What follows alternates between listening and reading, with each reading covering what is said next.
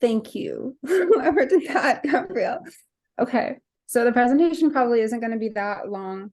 I think what I would like to do is sort of just go through it. It's really specifically focused on like how Kordela would be relevant to the work that like the SDP is doing. It's not really just like a general overview of her thought. And I thought that we could kind of connect that to some of the discussions about the paper on real abstraction and world systems that SDP is working on. So yeah, I'll just go through this, and if you want to like jump in with anything, I think clarifying questions are fine, but I think we should probably discuss it after I get through the presentation. So, cool. Okay, so I'm going to start by talking about the section where I draw on Kordela in the Real Abstraction, World Systems, and World History paper. This is going to be edited, but just to sort of get a flavor of like where this is going. So the mystification involved in despatialized interpretations of Zonrettel's thought is summarized nicely by A. Kiarina Kordela. The canonical misreading of Zonrettel's distinction between manual and intellectual labor misses one of the most important contributions of both Marx's and Zonrettel's works, namely, the fundamental function of the unconscious in secular capitalist modernity, both on the socioeconomical and the subjective levels.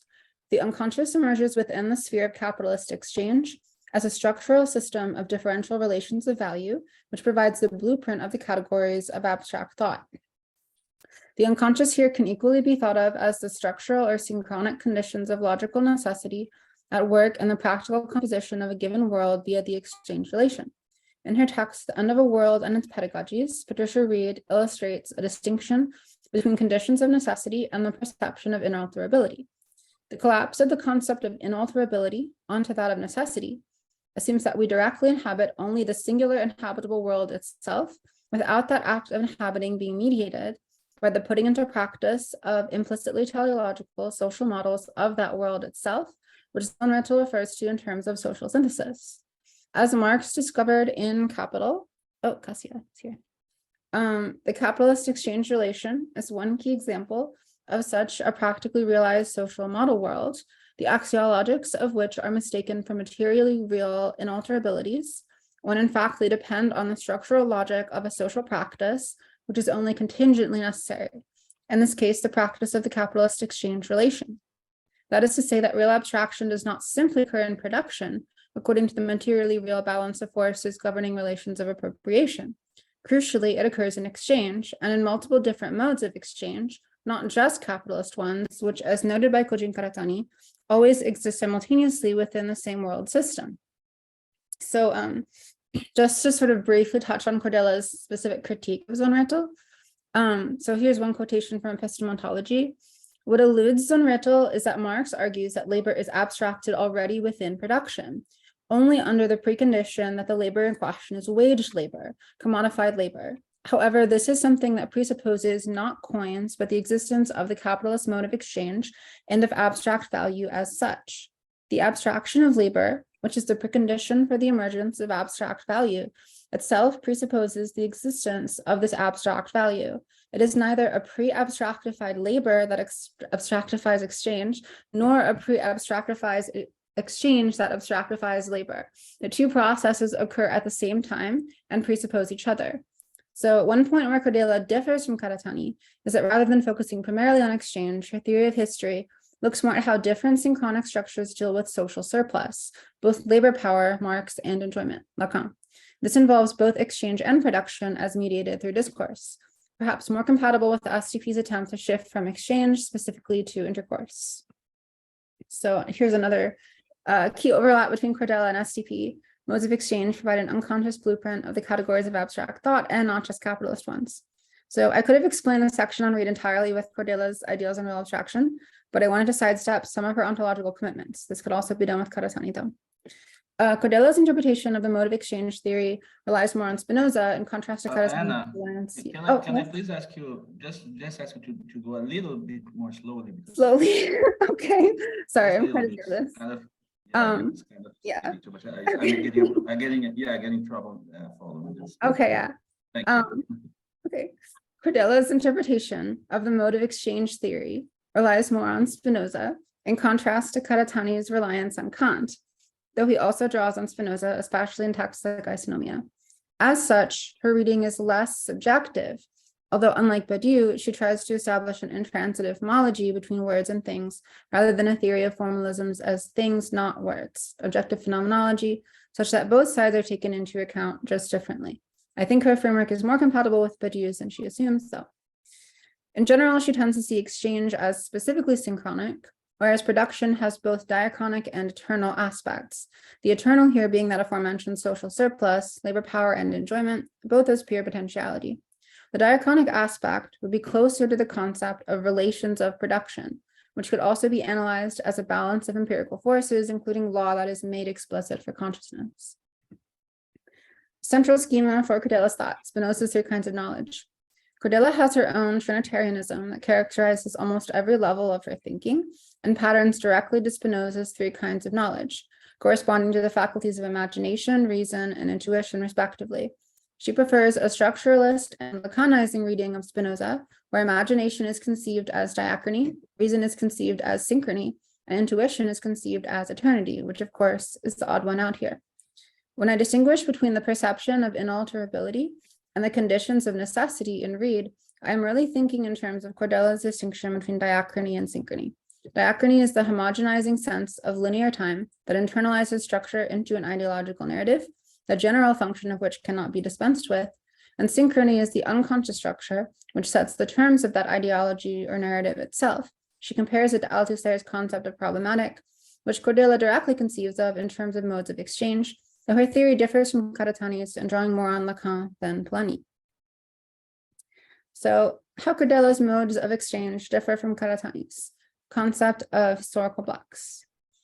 The present ontology and theory of time indicate that history can be conceived only as a system whose elements are not periods succeeding one another in diachrony, but synchronic blocks, all of which are concrete modulations of one and the same substance.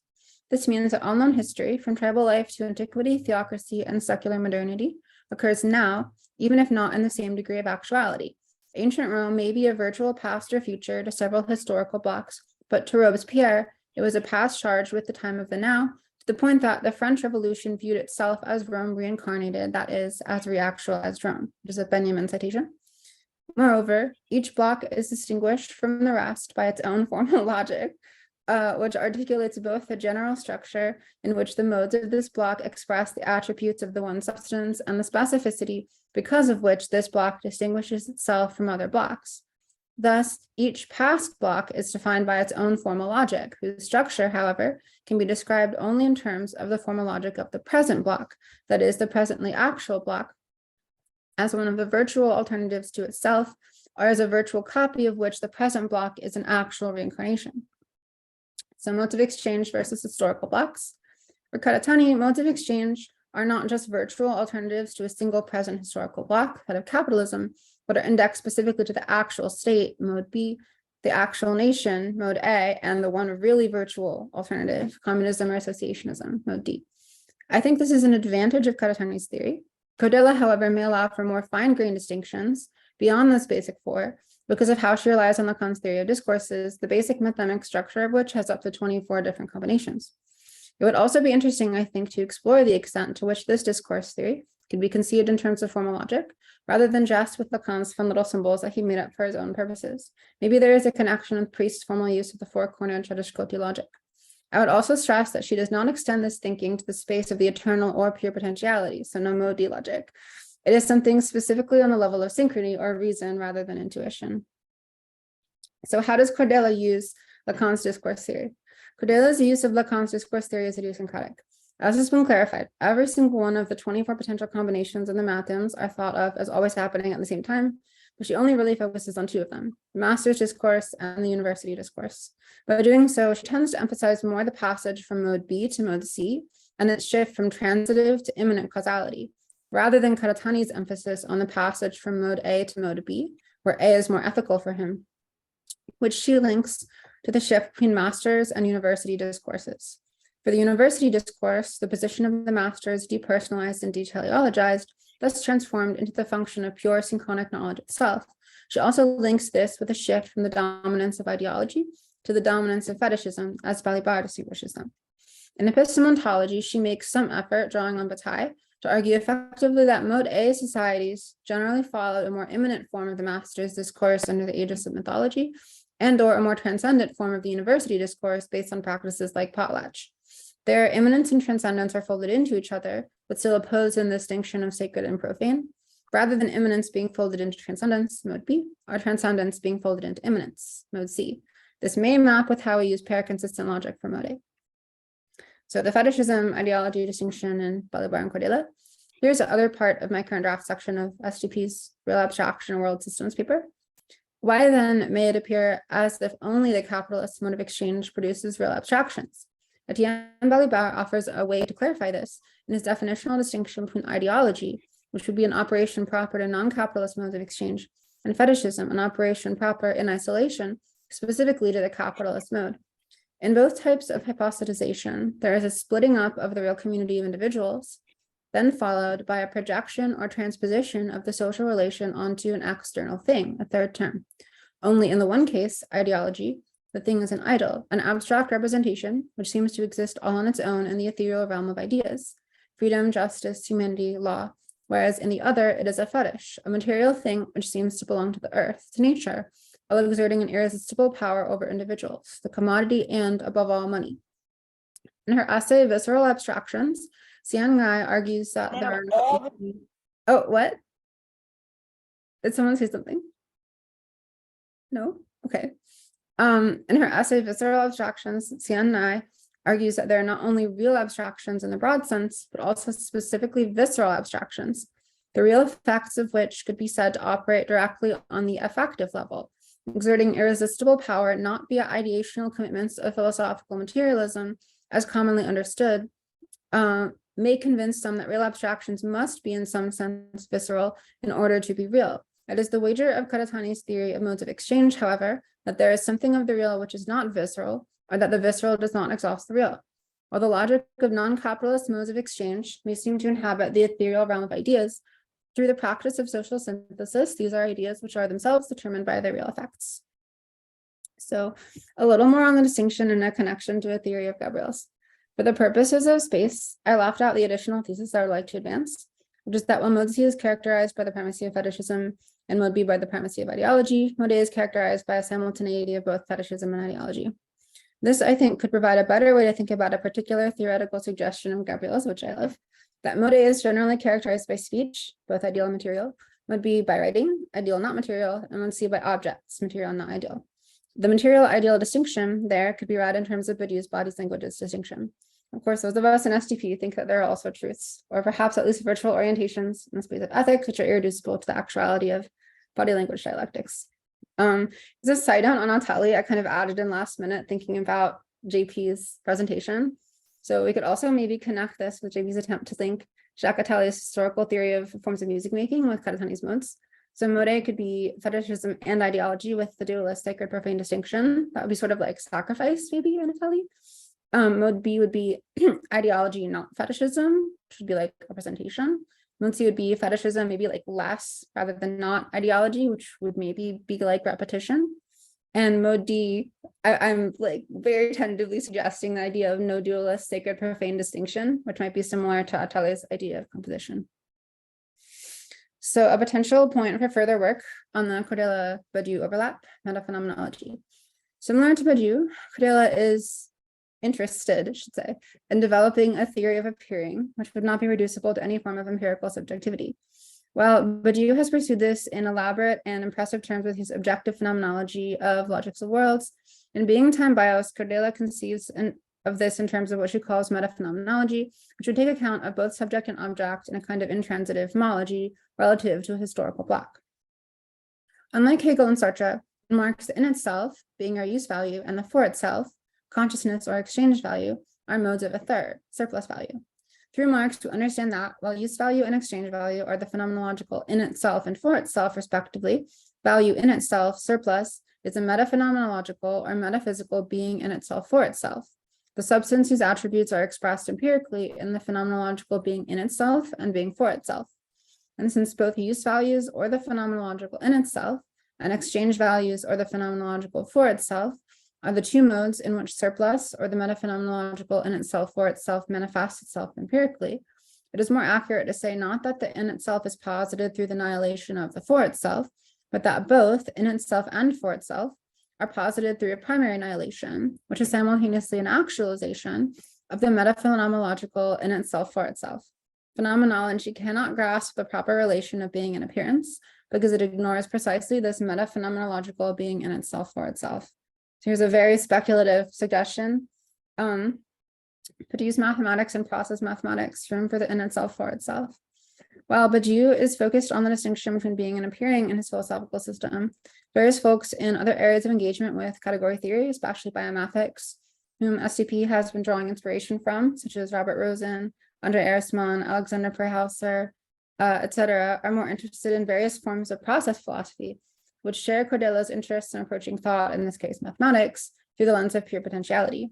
Stepping outside the bounds of philosophical logic, it may be possible, with the resources of things like category theory, information theory, or even certain forms of theoretical quantum mechanics, especially Ravelli's stuff, I think, to develop a framework which can more explicitly incorporate the perspective of labor power into its synchronic analysis, rather than implicitly setting it outside of the space of appearing. This would not replace political practice, but rather allow for a scientific reflection that incorporates more reference to or indexing of our own actions within our frame of reference, theoretical practice in a more literal sense, maybe something like a second order Badiouian cybernetics.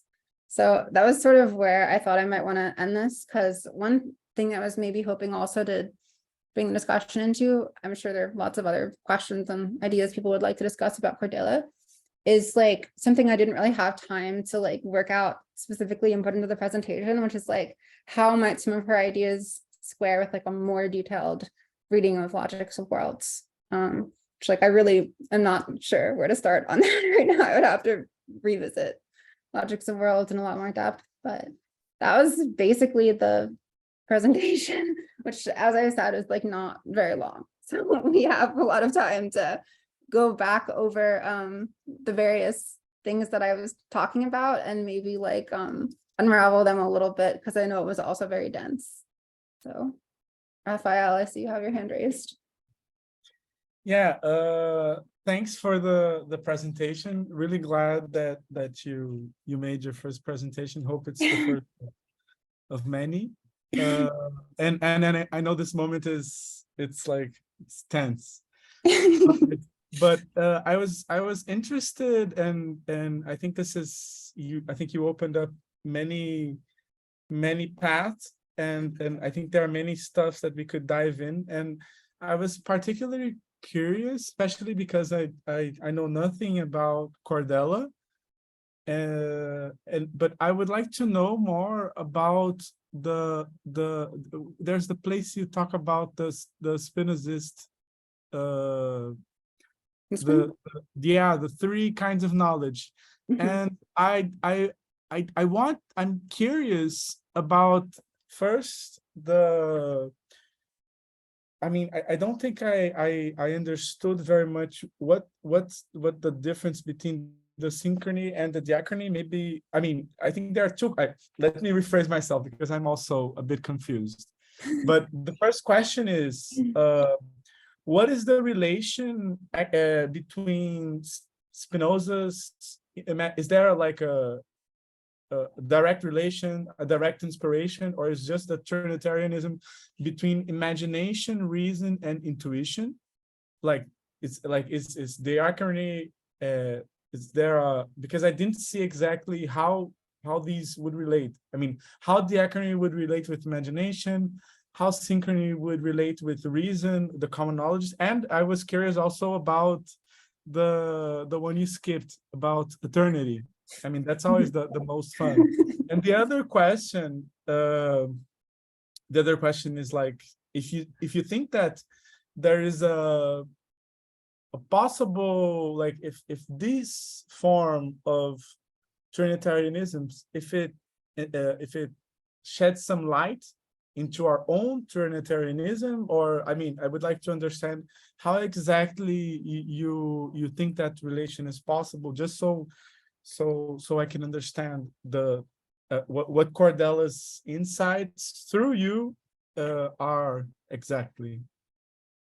So I always am careful about mapping everything onto everything else, which is definitely an impulse that, I don't know if it's fair to say I'm always careful, but it's an impulse that I have that like I'm trying to like be more careful about, because I know it can be like a little bit too much.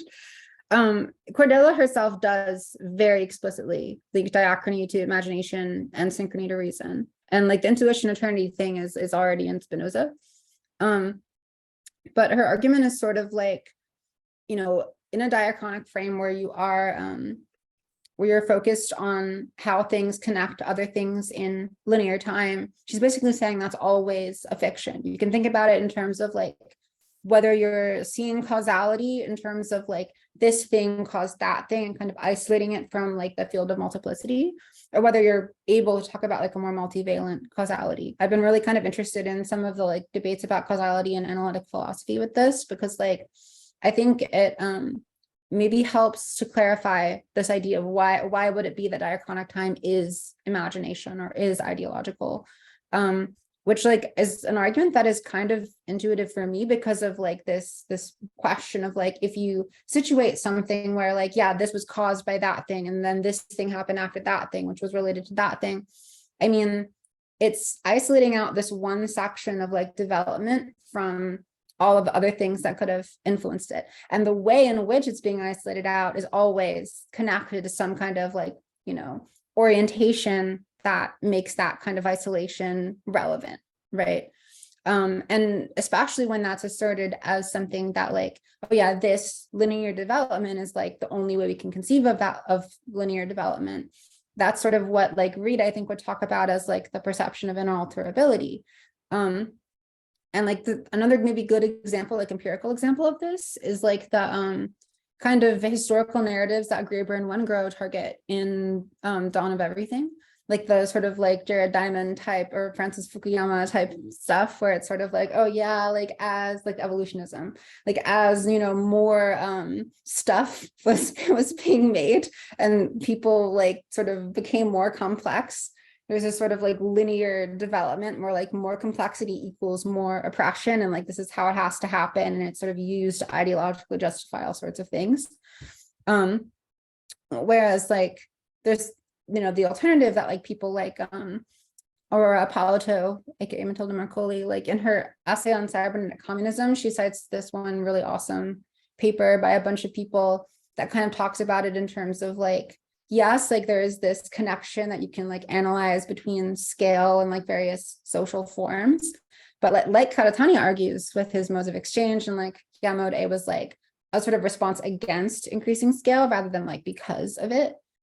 You can have different forms of like information processing that totally, which are like structure, which is like synchrony, which totally shift the capacities of like, you know, some situation within a diachronic frame. So like you can actually displace a conversation about like how things cause other things in linear time to a discussion about like what is the actual structure of like processing, both in terms of like, you know, the logic, which like as like Badiou would talk about like logics of like appearing and stuff, or in terms of like information processing or like techniques, or however you could frame that. I feel like we're all kind of connected. I could go into eternity, but I think I wanna respond to Moscardi. Was there anything else you would maybe like me to follow up with on that though?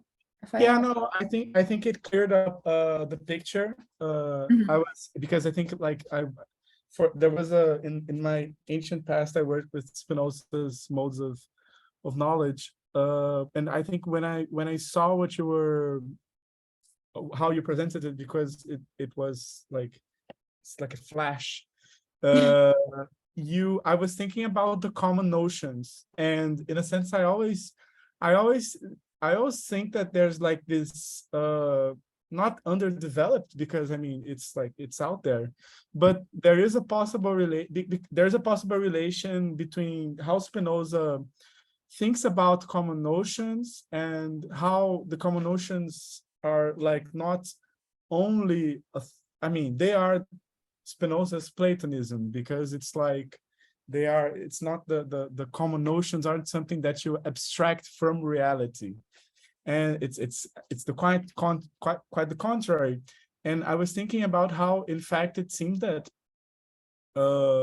these notions, they do seem a bit like what we discuss in our Trinitarianism, but on the other hand, there's the problem, not a problem, but I mean, it's just it's a sequential Trinitarianism, while STP's it's a synchronic Trinitarianism, because I mean, I wonder if there's this like a possibility of working out, not this is a problem that I think came from this. We can continue this discussion in another moment so other people can speak, but what I was thinking now is like, well, there's this thing that always bothers me, or not bothers, but I mean, it's something that's like, how does this work? It's like, where do you begin with the Trinitarianism? And it's like, of course, I'm posing it as a rather stupid question, but in a sense, I think like the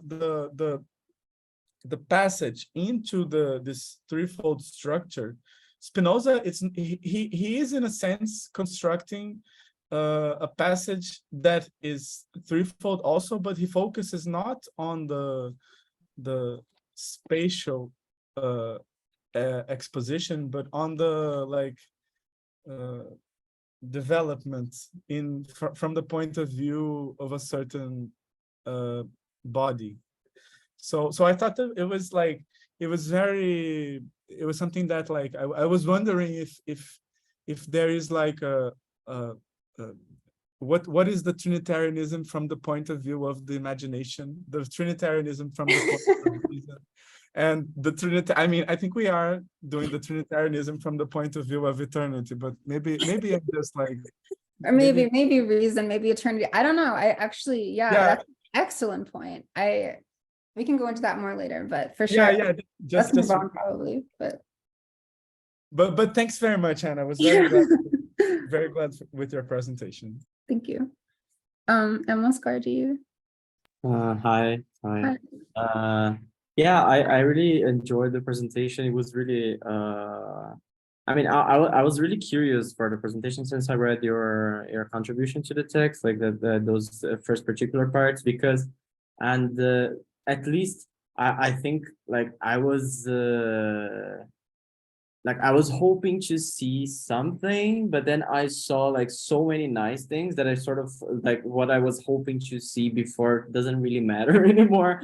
But I'm just gonna phrase it because I think there is something perhaps operationally important to formulating this, which is I find that this I've been racking my head on this distinction between synchrony and diachrony, particularly in its iteration of history, right? Because I think there's a lot of like you can trace historicist approaches, in fact, or approaches that sort of try to find history as the ballast for something within those two coordinates, right?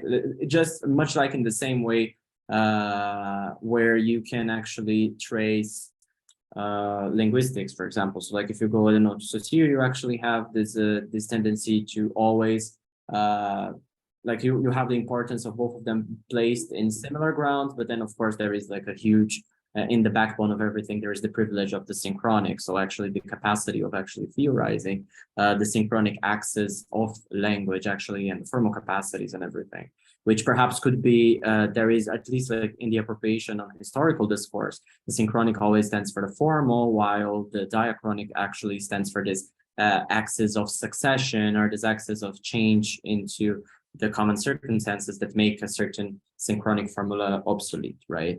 And I have the impression that like this is something where we have to locate ourselves in a way. So I would ask you, like, compared to where do you see, because we are talking about three approaches to history over there in relation to synchrony and diachrony, right? And we're talking about first world systems theory, which I would say has its certain, and sometimes it's like limited to capitalism in a way, but also like in a very long history of capitalism, so sort of like increasing the size of what you can trace the synchronic logic about. And then you have Sartre's concept of social synthesis, which is like I would say sort of the backwards position that you can actually find the synchronic principles bound to consciousnesses in all those social organizations of production, or all in this variety of social synthesis. And I would say that there is like there's something else in Karatani going on, which is what I think you addressed in your comparison of like Kordela and the concept of historical blocks for Karatani. So I would, because I'm asking this because I think it's an important, like, if we're gonna, and that I think is like, if we're going to bring in Kordela, we have to locate ourselves within this, and this is like a huge problematic, like I don't know, you see, I think The Political Unconscious in a way is a book that is exactly about this, for example, just to cite like Jameson, and I mean, there is a lot of hands in that dough, you know.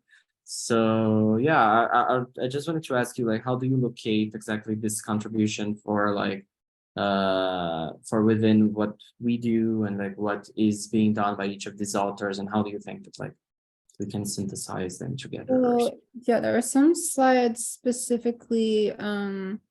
I mean, if anything, I actually feel like this might be the part of like the historical blocks thing that I feel like is most relevant.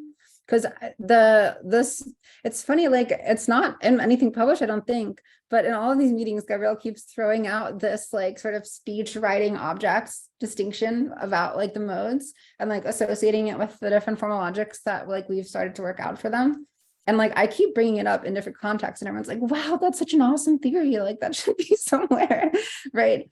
And like I realized, like, I just feel like that's one of the aspects that Kordela maybe helps to bring to the table to like clarify, because I was trying to figure out a way into like even sort of expounding on that more, like intuitively connecting it to the logic makes a lot of sense, and Gabriel always explains it in a way that makes a lot of sense, but then I try to connect it to other stuff and I'm like, wait, what's going on here?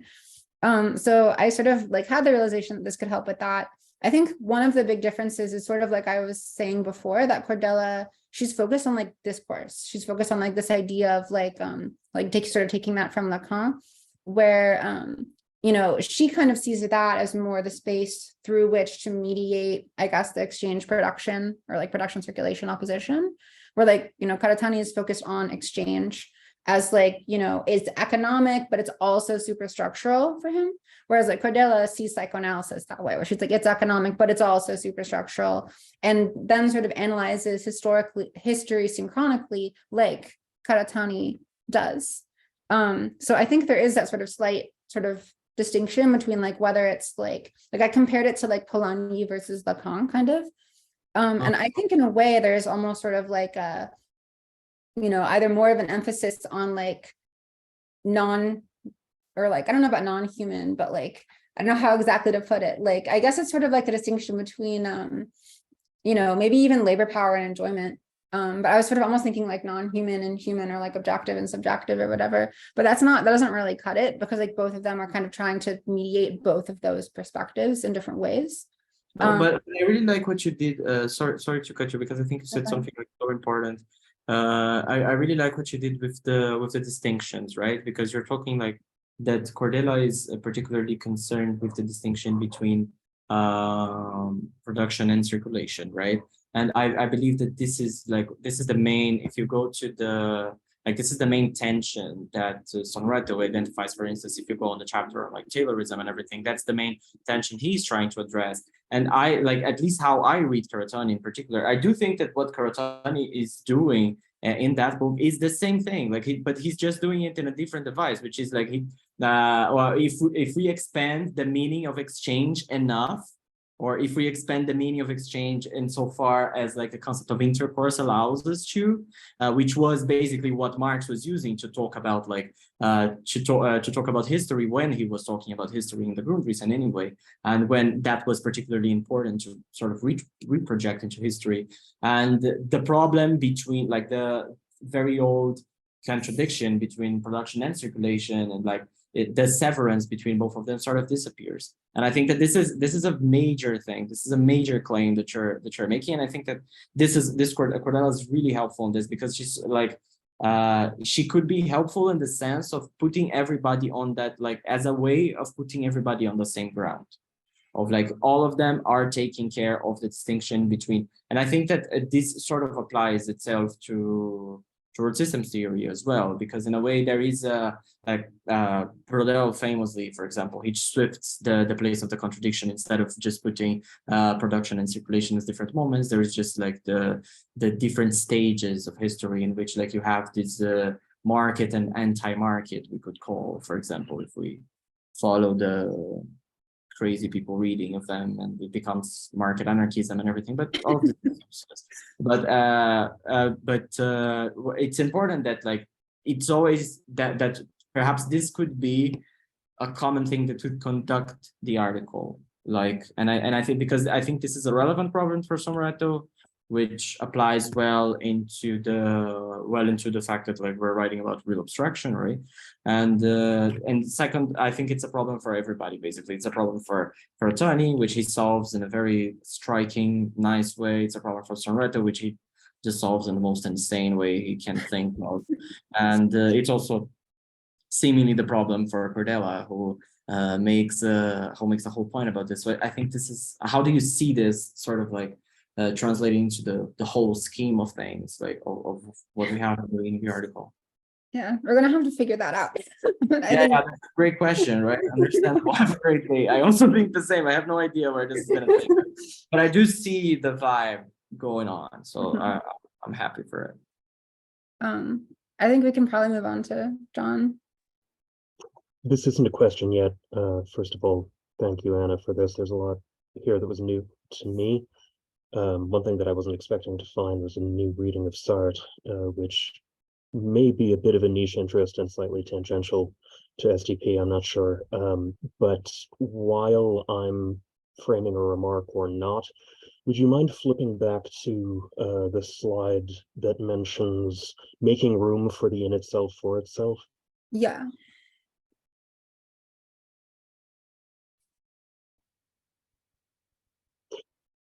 Possibly it was the one before that Oh, first the meta. introduced. This is the one where I only one Yes. where Hegel, like in the picture. Okay, thank you. I shall consider.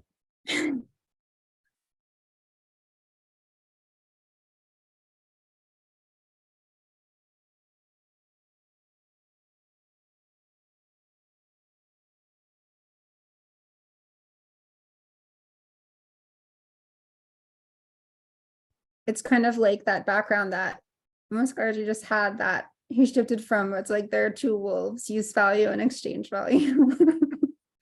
I saw that. That's very funny. I don't mean you should wait for me to consider in real time. I mean, really? I'm going to consider, yes. Okay. I guess But meanwhile, you should move on. Gabriel. That was perfect.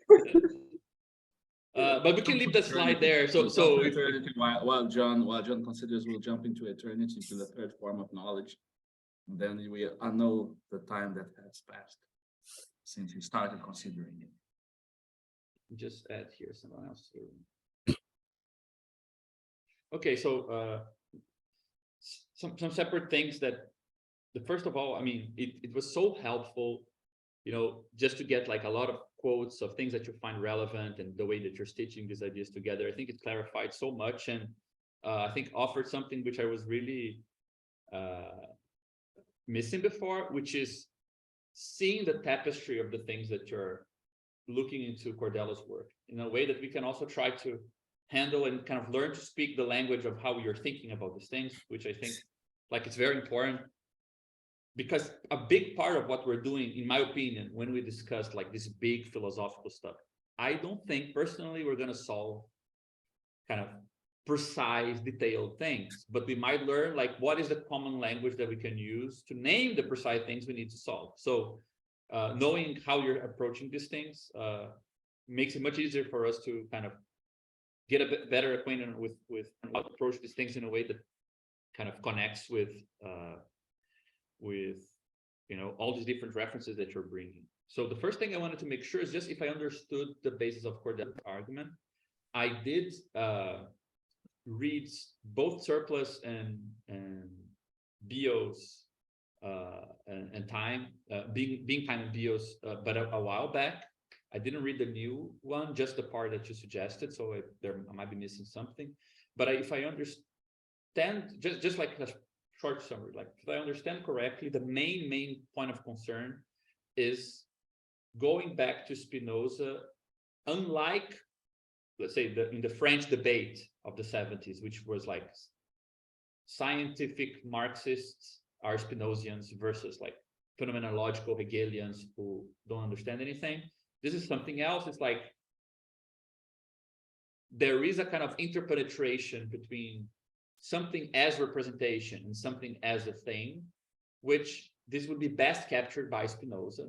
So if we want to frame the way that the capitalist ontology, capitalist reality works, we need that general frame, because if we read Marx correctly, we will see that he also doesn't make that distinction between things and representations as a dual thing. He's much closer to Spinoza in that way. So that would be how she will read Marx. That's how she reads Lacan. Lacan clearly has a lot of interest invested in showing that you can treat words as matter. You can take satisfaction in words more than in the objects that they refer to. So being able to make that kind of change of aspect, right? To say that things as extension and things as representations, thoughts, whatever, are two aspects of the same kind of thing, seems very useful. So it seems to me like that's her approach first, which is already distinct from like what people used to do with Spinoza and Marx. And then if I understand it correctly, she's using this to propose a way of reading what's at stake then in capitalism. So if this is truly the case, then there is, let's say, if the places where you cannot make that distinction in such a dual way, if are connected to ontology in a more Spinozian approach, then when Marx makes something similar, showing that use and exchange cannot be divided in such a dual way, we would be dealing with something ontological, very fundamental and constitutive in some way. So we can now account for something more profound. Like we find a new use of some categories of philosophy because we can describe this whole social description that Marx is doing in like these very constitutive, fundamental ways. And that would be how we get into the discussion of this more ontologized view of biopower, where being and life are almost like reciprocal terms. And on the other hand, this kind of large scale account of history where you get like this transhistorical versus historical thing. It's not a matter of just a phenomena and things, but kind of this in-between point that splits into the two. So again, we want to always step back to not have to make the distinction between being and appearance, but ask how they are distinguished in a certain context, right? Not have to make the distinction between representations of things, but what are the conditions for this distinction to be made or not made, right? Things like that. Is that kind of the general vibe? Is that correct? Yeah, definitely. I mean, I think part of why I'm also trying to make this shift is that I feel like one of the things that SDB kind of has been doing, but maybe not necessarily in a self-conscious or explicit way, is like with, I guess, sort of the reconsideration of Badiou that's been happening, is trying to think through like precisely like these different conditions under which the being appearing distinction can be made. Because I feel like for Badiou's project, it's like he's trying to like offer one that he thinks is like going to be really helpful for people. And like in some ways it definitely has been. But I feel like one of the exciting things about the STP approach to this is that like it is sort of like less about, I guess, making a sort of single integrated philosophical system and more about like looking at these different, I guess, conditions of like production or like sort of, you know, posing like the terms in which these different frameworks can be situated, at least on the sort of historical space or historical level, right? So that's kind of what appeals to me about it, because I feel like it's sort of like, I don't know, I'm really interested in this aspect of, I think there's a way to read Kordela that is sort of like you end up going in circles with, yeah, she's just describing how capitalism works. But after I kind of like read her more closely and like tried to connect it with some of the other stuff like STP, like we were doing, I started to realize that like, you know, I don't think that that's the only reading of her. And I think especially in her most recent book, there are like some really interesting cues for like how to like maybe take a step back from like seeing it only in terms of, yeah, like we're stuck in capitalism, this is our historical block, and like looking at different ways that even the current historical block could be potentially posed. Yeah, so this leads me to my second point, because I think that if I understood this correctly, I think that I can see more clearly the connection with, I mean, forget the French fella, the French American fella. I mean, who cares, right? But I mean, what we've been doing and what you've been doing, that's what I'm interested in. And I can see the general connection between anyone who thinks that we want to be able to step back from a certain clear-cut distinction between what things really are and how they appear. And we want to be able to talk about the conditions for that distinction in ways that shift through time. So whoever does that is on our team, definitely. I think that conditioning the answer to the question, why is this distinction made in this way at this period of time, to some engagement with Marx, makes also people on our general team. Where I think it's harder for me to understand how to mobilize things, especially in the context of this. For example, right now in the text, I feel like there are a couple of issues that we really need help to understand. So we've been trying to propose two ways of unstucking a concept in Marxism, which is the idea of real abstraction. And we're saying that we want to unstuck it from only being understandable in terms of what happens in capitalism, because it can be used in other historical situations. And we want to unstuck the notion from its immediate association with the things that constrain us to remain what we are. So it's always kind of just next to overdetermination. You know, the form of your thought is being determined by your practice, as if that always means something bad, but it might mean that if you change your practice, you change your thinking, and that's pretty cool, right? So I feel like I can see points in what you presented that connect to those two things. So the idea of historical blocks seems to connect to unstucking real abstraction from the issue of only applying to capitalism. And the general reference to the parallelism in Spinoza seems to be how she's kind of pushing us towards a more ambivalent use of real abstraction, because she seems like she's saying, yeah, but you know, the fact that this determines that the ideas follow the relations between bodies, that's like a general statement. That's not a politically charged statement. You need to know what you want to do with that. So in some ethical sense, it seems like she's pushing us towards something that is more productive. But the thing that I don't understand, that I wanted you to explain to me a bit better how to do it, because what I always feel a bit like, it's always a bit cheating, which is that philosophy has, you know, such low cost for its statements, that to say something like, you know, I can solve the problem of how to connect social practice and social consciousness by saying that practice and consciousness are intrinsically connected at the level of eternity from the standpoint of God, who is nature. Like, you've gone so far into guaranteeing that it will be true that yes, you solved it, but you solved all problems, not just one. You know, like you solved too much, not too little. I feel Rafael is angry at me for some reason. Spinoza pays a cost, but not us. That was just my. He is paying costs, but not. We can't pay them right now. Yeah. Okay. So he's your Jesus. My point is just that it's a detour through a place where sometimes it's harder to recuperate all the steps that. Yeah, I know Michael is also Spinoza. So you have a lot of allies in the Spinoza front here. So I'm probably in the minority, but it's not. I think if it was Hegel, it would be a problem as well. If you just said like, yeah, but the negation of the negation leads us to something new, I would say like yes, but if that's valid for everything, we're still stuck on this particular issue of how that happens here. So I just wanted to know, like, because I feel like in those moments, she needs the reference to this broader frame where things become much more general.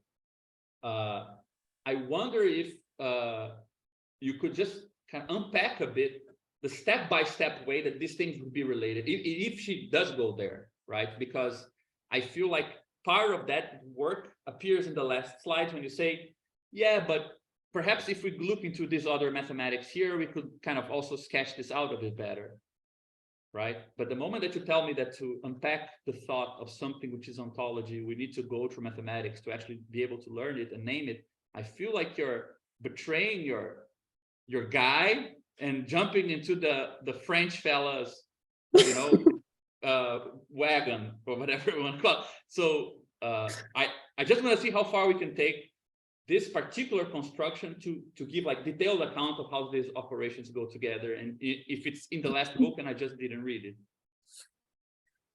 I think the last book definitely has way more on this than the previous ones.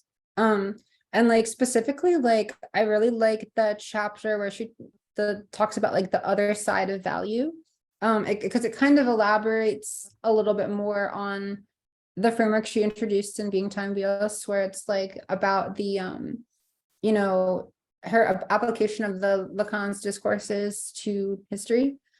And of course, you know, she then brings in a little bit more of like what we're talking about as mode A, and like draws on like Bataille and stuff there. Because and the one thing about Kordela is that she's, I think, indexing like all of these problems and saying very interesting things about them that I think can help guide us in certain directions without really doing a lot of the like sort of in-depth work. Like it's a very general view, but I don't know, like I think sort of the basic thing that I'm doing here, like this is kind of the place where I would want to start in terms of the historical analysis. I mean, there are kind of two sides to this. There's like the side of it where it's like the sort of history, like historical discourses almost. And then there's the side of it that's like the like mathematics or like maybe even like physics or whatever of like, you know, labor power and how to situate labor power in thought, which is like a much crazier project that I think has a lot more in common with like maybe my reading of Rovelli lately than anything else, but it also is partially inspired by Badiou, of course.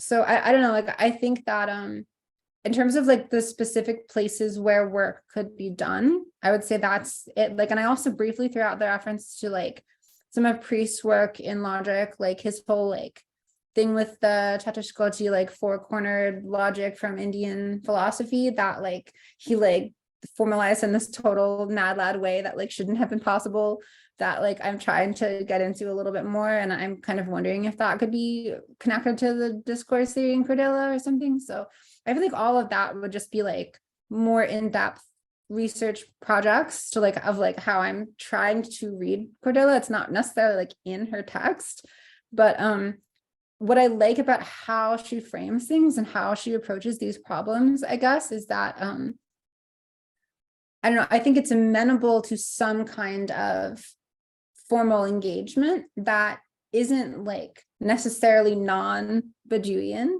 but also isn't like sort of on the terms that like Badiou has tended to define his philosophy. So I don't know, I'm trying to chart like a sort of homologous path in like a slightly different space, if that makes sense. I just wanted to highlight two things then.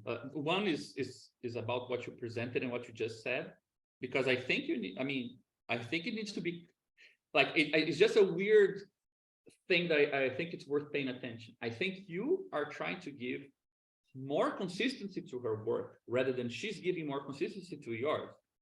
So like, you should own that. Like, that's for real. Like, you're bringing a lot of stuff to make her work unpacked and more, you know, like as if it's a good grammar. It's something that seems to kind of help you connect a bunch of things, but you're the one making the connections. And I think that I think it's a useful feedback that I think somebody who hasn't like discussed with you a bit how you see all these things and just goes to her work, sees something that has less information and less of the structure than by talking to you first and then going there. I can read her closer to the way you're describing after talking to you, you know, so I think that the arrow is going the other way in significant places, and that's a good thing. I think that's how we should be using these things, right? The second thing, which is, I mean, is just the Lacan, like the final Lacanism inside me prevents me from accepting that one statement about the 24 possibilities. I mean, this is an old thing. I'm not sure if it's relevant to her work, but there you need to choose between two things. Either the terms in Lacan's four discourses are defined by their positions, which means you cannot take the terms as if they mean something on their own and then shift them around, because they simply won't be the terms that they were. So the operations are the things that define the terms. If you have anything on top connecting to what's on the other side, and then producing blah, blah, blah, and leaving a remainder, like whatever fits that place, we will call a signifier or a subject and so on, right? So when you shift these things around, so either you give a bit more precedence to the order of these things, and then there's only the four, and then not even the capitalist discourse is there, or you think those terms mean something on their own, so that you can put them in any relation you want. But then you don't have 24, you have even more than those, because what's the condition that requires you to have them only related in terms of four? Why can't you relate them in terms of two and then have even more? The sort of secret behind my interest in this is that I've been doing something similar for like a while with like, I was trying to do this crazy rereading of Hegel's logic that like was partially inspired by Priest's use of the Tadashkoti. So it's sort of like, I don't know if this even maps onto Lacan's four discourses. This might be a completely different thing, but it's kind of like the idea of, it's similar to what SCP has like been doing with the formal logic, except instead of it just being like intuitionistic, paraconsistent, and classical, it's like there are two different classical, because there's like which side the true and the false like are situated on matters.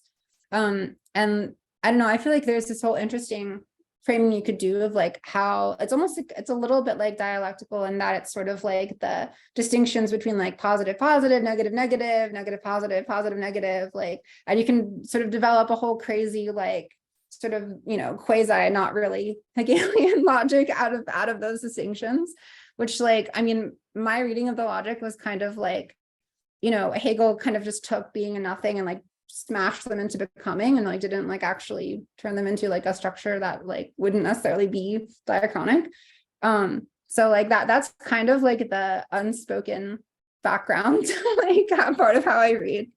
I love that you just said that as an explanation, like you just made it 10 times more complicated. You know, like to understand this thing about Lacan, you just need to understand that I read science of logic through this even more, like I'll explain to you Lacan by reference to science of logic. I mean, I totally get the impetus, but I must say, like, I must apologize for not being able to like feel clarified by that. But it's just, I just meant like that there is an interesting side note on the, you know, how the combinatorics works for those mappings. But I'm not sure if that's relevant for Kordela. But yeah, I don't want to monopolize too much the time if anyone else wants to.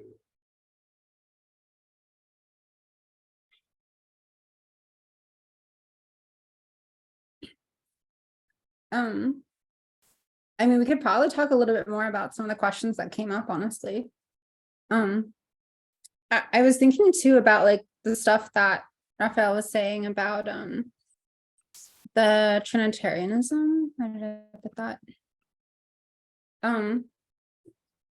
It's really interesting because it kind of connects to something I was thinking earlier about almost kind of like the difference between the modes in Karatani and like the fact that we have the three little concepts that we use with analyzing organization. And I realized like, because like how I kind of had been thinking about it, like I'd been kind of mapping them onto each other, but thinking almost in terms of like, yeah, well, one is sort of more the actual and one is more the virtual. Like I felt like our like organizational Trinitarianism was focused on like what it means when you actually do things instead of like the structure of things. And in a weird way that actually does kind of map onto Kordela's like distinction between reason and intuition. Like I think you probably could talk about like, I almost sort of like you know, it was a little bit like when Raphael was like, oh yeah, like I think we're seeing this like under the species of eternity or whatever, and we do our organizational Trinitarianism. I was like, I don't know, but I actually think that might be like a good way of looking at it, honestly, like because it is sort of like, you know, organization and process. We're like trying to think about things as we do them. And like, I don't know, it might be a good thing to own that. Like, I can't actually see a problem with it right now. It seems like a good place to start, even if we would have to like justify a claim like that much more thoroughly. But yeah, I think I agree.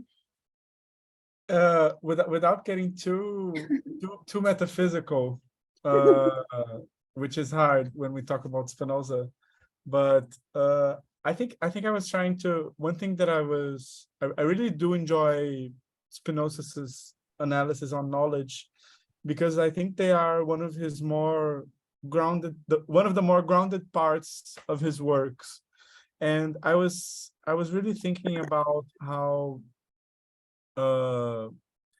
in a sense, if you like, what would the imaginary, I mean, why would I say that our Trinitarianism is intuition, and what would be reason then in that sense, and then what would be the imagination? What I was thinking, and I think in a sense it may relate to what you were discussing, it's definitely something that I started thinking while listening to your presentation, is that and I just want to reinforce the point that Gabriel made, which I think is a good emphasis, not only for you but for everybody. I mean, we are more interested in, I think, in what we are constructing together than actually in like situating the thinkers. But getting back to what, it's much harder talking in digressions in English than I do in Portuguese. I'm sorry. It's because in Portuguese I do this like a bit more organically, and now I'm seeing how I actually speak because I'm speaking in a slower language. Sorry for this footnote. But what I was thinking is that, in a sense, like, and thinking also about Gabriel's presentation last week, and also Renzo's and Vitor's work, is that, in a sense, like, there is a question that has always haunted me in STP, which is that what appears to the militant inside the organization.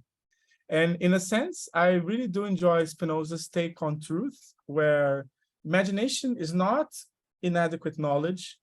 It's not, there's this, I don't know who's the person who comments that, but it's like, it's a not necessarily adequate knowledge. I mean, he says in a more elegant manner, but it's like, it's not inadequate. It's simply not adequate. And in a sense, I think that there is this issue, because when you are a militant in an organization, it will appear to you as a series of images, in the Spinoza sense, a series of encounters that will compose this space of organizations where you are immersed. And in a sense, and this is why I don't think that what we do would be the synchrony, is because I don't think that you go from the work of the imagination, which is how reason develops, at least in Spinoza. You don't go from like simple militant experiences to these kinds of analysis, to some of the analysis that we've been working on, not all of them, of course. And I think I pointed to the analysis that were actually the ones that seem to be charting out a middle ground, which is what interests me most.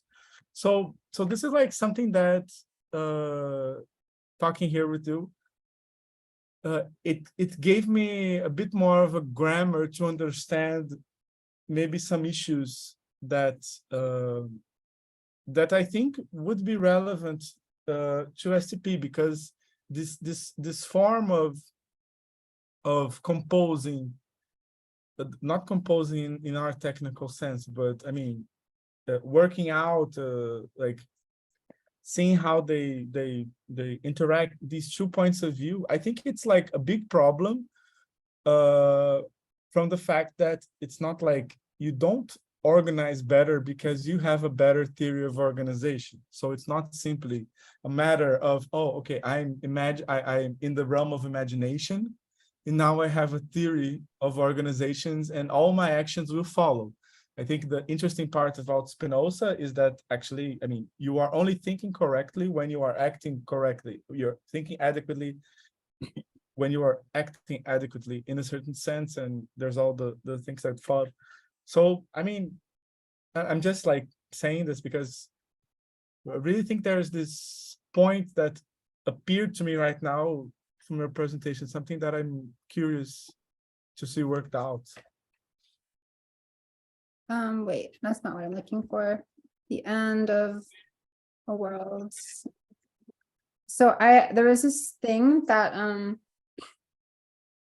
I was thinking about, I think very related to this, that like I brought up in the presentation I did with Eduarda and Ellie in the last session of JP's seminar on real abstraction yesterday, which was sort of reading Fetishism reads like distinction between perception of inalterability, conditions of necessity, and practical confirmation through Spinoza's 3 kinds of knowledge. So I kind of thought that you could almost like come up with like a very rough formula for idealism versus materialism in this way. So if both of them assume that perception of inalterability is imagination, then the question would be, which of reason and intuition are the conditions of necessity and like the practical confirmation?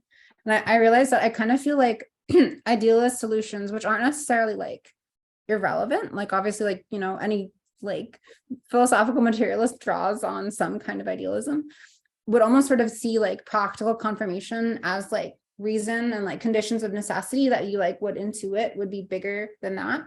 But I feel like a materialist perspective would kind of invert that order and see like conditions of necessity as being like more like the synchronic space that is sort of, you know, that reason thinks about, whereas it's the practical confirmation that I think would be the like space of the intuition of eternity, that it's not just how we think about what is the necessary conditions for us to function, but like actually what we do in practice would kind of be intuition. So, and I think this is something that's sort of left like not clearly defined in Spinoza. I think this is one of the things where it's like, you know, Spinoza was like still kind of, I don't know if I want to like put this up to like a certain kind of rationalism or something, but I think that there's like a more like pragmatist reading that would be more materialist of those sorts of things. So that's like one way to reply to that. And I feel like that also like those different sorts of framings, I think also help with respect to whenever you do a mapping like that, where it's like, you're like, oh yeah, like our organizational Trinitarianism, like that's eternity, and like the modes of exchange are like synchrony, and then diachrony would be, I don't know, maybe even the distinction between these 3 itself, you know. I feel like it's kind of like which ones you map onto which ones like are always itself a perspective, and it's sort of this endless like nesting where it's like you can't actually say like this is the right mapping and this is like the final thing, but like it always kind of implies another layer of the mapping depending on how you do it, but they're still different. Like, I feel like that's kind of like almost like the point that ends up being made here. So like I don't know, that was just one way I was thinking about the materialism idealism distinction that might be relevant and other stuff. If that makes sense. Yeah, I just wanted to sorry, John, before you speak, what is the, I mean, you were saying that the mapping, you mean the mapping of these different frameworks of concepts?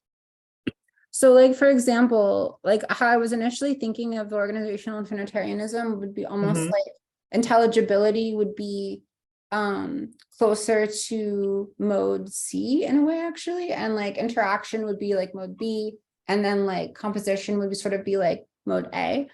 And like part of the reason I was thinking about that in those terms is like mode A is sort of almost associated with like family units or whatever, whereas like mode C would kind of be like you know, scientific, like instrumental knowledge of capital and market and everything. And like mode B would be like what's supposed to mediate that. Or in a sense, like what I actually was thinking is that you could frame it either in terms of mode B or mode D in terms of interaction. And in a sense, you could argue mode D is the organizational Trinitarianism insofar as like that would be like the process version of that, right? Something like that, right? Something ridiculous like that. But that entire attempt to map them, as I'm trying to say, like, is basically arbitrary. Like, it's not like that's like the answer, but it implies like a particular situation within that like structure that already kind of like doesn't really have a justification. Like, it's just one way of doing it. You could do it a different way. Like that itself is a mode of that, like literally in a Spinoza sense, even like a mode of doing it, you know? So I don't know. Does that help? No, it helped. It's because I just got confused. I thought it was you were talking about something else, but now I understood what you were saying. But let John speak. I think he's Yeah, go ahead. Sorry. Right, I was thinking maybe one more step on Sartre. And I don't mean just to be a scold about Sartre. And if I wind up being such, it's not directed at you, but at Kordela, apparently. I haven't read the book. I just read the 33 lines that make reference to the in itself for itself in the book, which is no way to read, but it still gives me a little bit of an overview.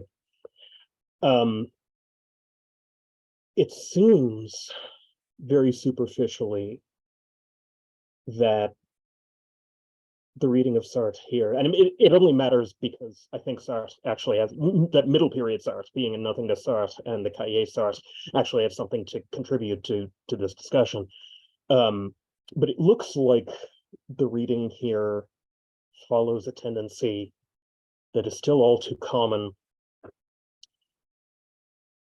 to read out the transformation of value in Sartre.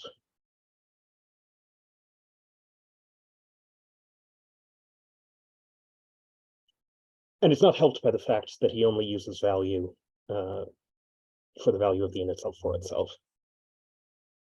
He doesn't use it for what one might want to call post-conversion value, the kind of value that emerges only in a pure reflection or purifying reflection. Réflexion pure et non complice, pardon my lack of French.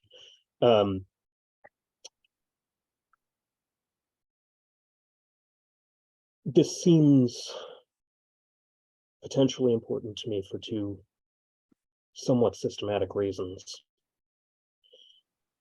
The most important, and one may be able to slip out of this by just doing a sort of Lacanian, well, the impossible is its way of being kind of response.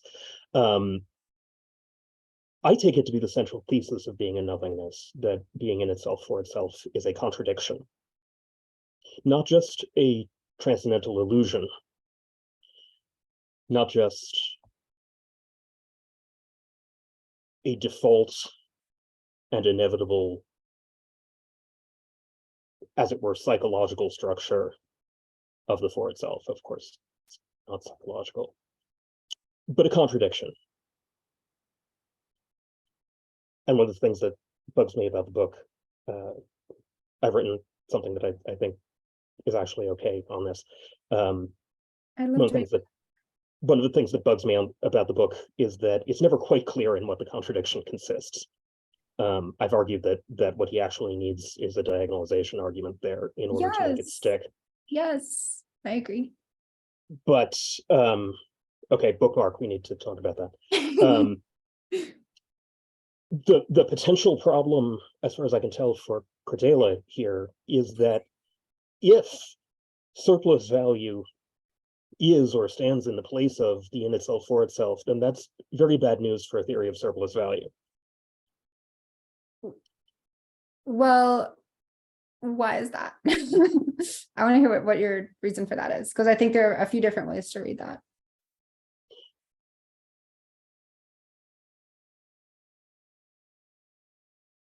Well, because it's false. The posit that there is being in itself for itself, is for Sartre maybe the fundamental Right. speculative proposition that is false. Right. That's actually the point of the critique in a way, is that, I don't know if it's actually fair to What say critique? this, but I mean, so part of the point that Kordela is trying to make is that like surplus value like is false. That's kind of the idea. Like it's not something that like, kind of empirically exists or exists in actuality, but it is literally like the false thing that like someone like Sartre would be trying to critique on the level of like sort of how society functions. Like I've been in all of these like arguments on Twitter with like largely with like Colin Drum. I know JP has been like talking to me about them. He doesn't want to get involved. But like, so there's this whole problem. I'm sorry, what? Don't want to get involved with the Twitter musings of a colleague of the New Sense. That's a point. But so the debate is sort of over, like, what is the point of being a materialist? Like, what is the point of arguing against idealism? And so, Colin is kind of like, I'm a materialist because it's right, or like, I like being right, specifically, it's his justification for it. Whereas like the point that I've been trying to make is that I think that it's an ethical position, basically, that like it's that the problem with idealism isn't so much that like it's wrong as that it implies a specific kind of like social orientation or form of organization that like would lead towards capitalism or something like even, a higher stage of whatever capitalism is potentially. So that like the stakes of the debate between like something that is false and something that is true are the stakes of basically like oppression and emancipation. Like I don't really see those as distinct from that. And I think that's a lot of what I take into my reading of philosophy that kind of influences that frame, where it's like we talk about real abstraction not because it has an empirical actuality. Like I actually agree with Colin on this. He's like, Zonrettel is all wrong because there's no empirical actuality to like real abstraction. Like, yes, but like you're missing the point because it's effectively an ethical critique or position. It's like what Gabriel always says about the unconscious. Like it's not like a sort of empirical existence. Like it's like a hypothesis that has like, Kordela constantly cites Lacan on this statement that like the unconscious is ethical rather than ontic. It's like how we orient, not like what is there. So I feel like that's kind of like a really crucial basic like coordinate like framing of like where the critique is coming from, to understand that like the point is that surplus value doesn't exist. And like the fact that people act like it exists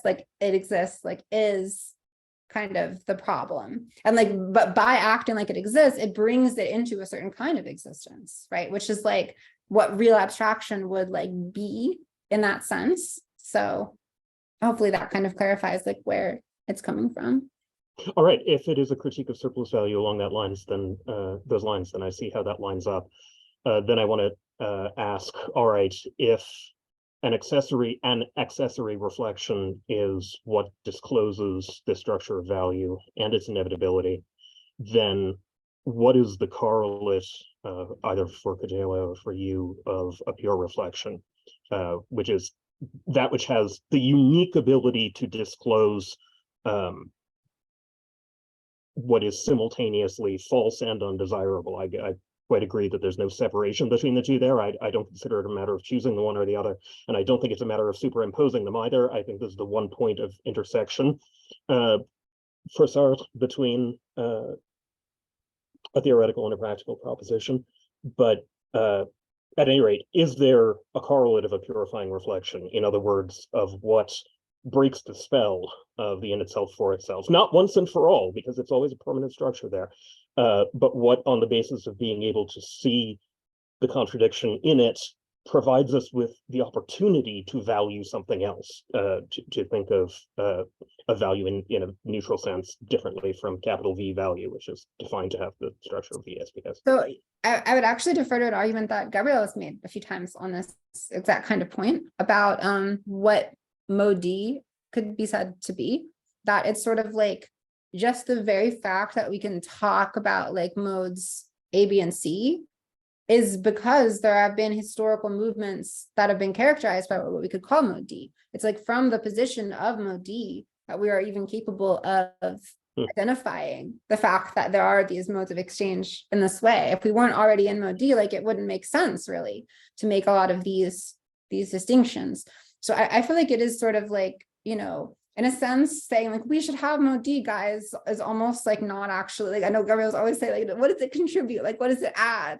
Because it's almost like we already are, like we're already doing that. Like as soon as we're like in the purifying reflection or whatever, like that's like the acknowledgement that like this is how things are, and like this is like we all want to change it. But like then what we actually do with that acknowledgement is like the really hard part that like is sort of the next layer of how we engage with it.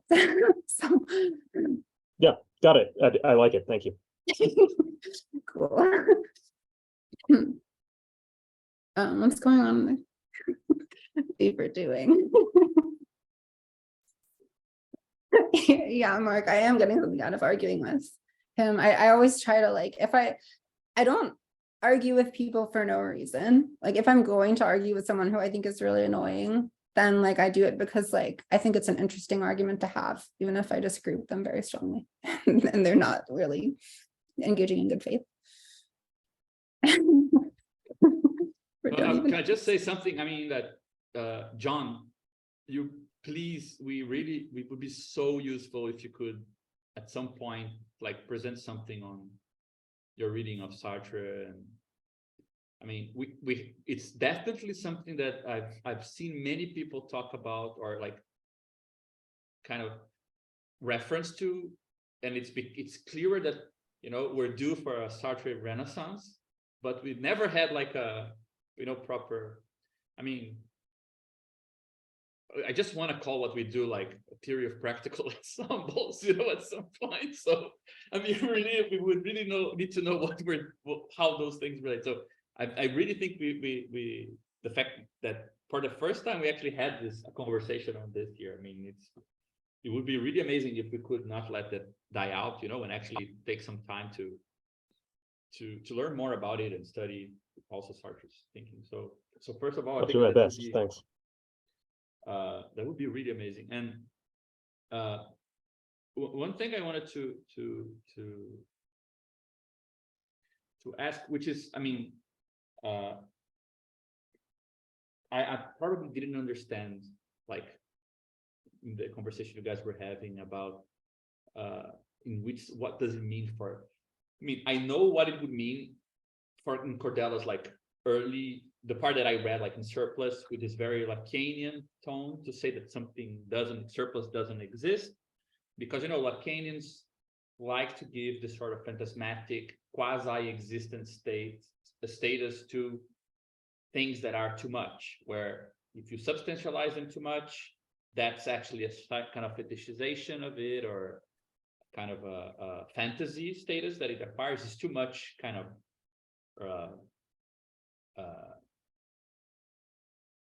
weight to something that exists almost like as a relation or as a function or as kind of just a signal to something more.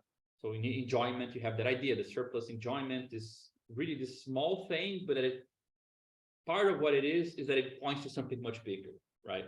Like you have small rituals that they promise this huge thing you never get, but that small crumb of what you actually get doing your small ritual, that's like a surplus you get from this bigger thing. So the idea of not existing makes a lot of kind of Lacanian sense. Other than that, I just wonder what, you know, a Marxist less trained in the mystical arts of, you know, French philosophy would think of the statement surplus value doesn't exist, because so to me it sounds like, you know, like, okay, I'm gonna, like, I need to understand that I'm talking like a totally different language for that to make sense. And even if the case is that, let's say, the statement that I understand with the tools that I've currently been using would be to say something like, you cannot understand what surplus value is outside of a certain closure, a certain horizon, which includes a phenomenology, which includes a certain logic, without which there is no, let's say, substantial thing. You shouldn't be looking out there for things which are the surplus value. Like as if you look at surplus product, you will see surplus value. You can look at this product people produce in excess, and there is no surplus value, because surplus value requires a certain cohesion of the capitalist world to guarantee that it is occupying the status of something that is in excess and that can be exchanged for more money, right? So it would be, let's say, partially logical, and therefore not, let's say, something you can empirically or actually you can empirically assess, but you just cannot, if you consider empirical to mean with no concerns for logical constraints or for how things exist, yeah, in that sense, it's not empirical if you don't care for those things. But if you do, right? So for example, if you accept that you're going to be looking for quantities, because in the capitalist world, quantities are one of the modes of existence of things, right? This kind of input, output stuff, and you can look at this matrices, you will see some things that are mismatched and things like that. So I'm trying to understand, like from my perspective, I would understand the statement that surplus value is, say, conditioned by a particular logical structure of the world, but it is essentially a way of, let's say, capturing something which is not totally typed by price, meaning that we don't know how to assess the price of all the parts of people, because we're not a product of commodity. So people are not made of priceable parts because they were not composed out of priceable parts. So when you kind of, to use like Badiou's language, localize the parts of people back onto price through time, through effort, through the products that they produce, you can actually bring more parts, let's say, into existence than the ones that you had. So they can have a mismatch, which is something we've been developing the theory of kind of a, it's actually what Badiou calls a weak singularity. Like you do get something below the logic of a site, but what you bring from the edge of the void is formatted within the logic you already had.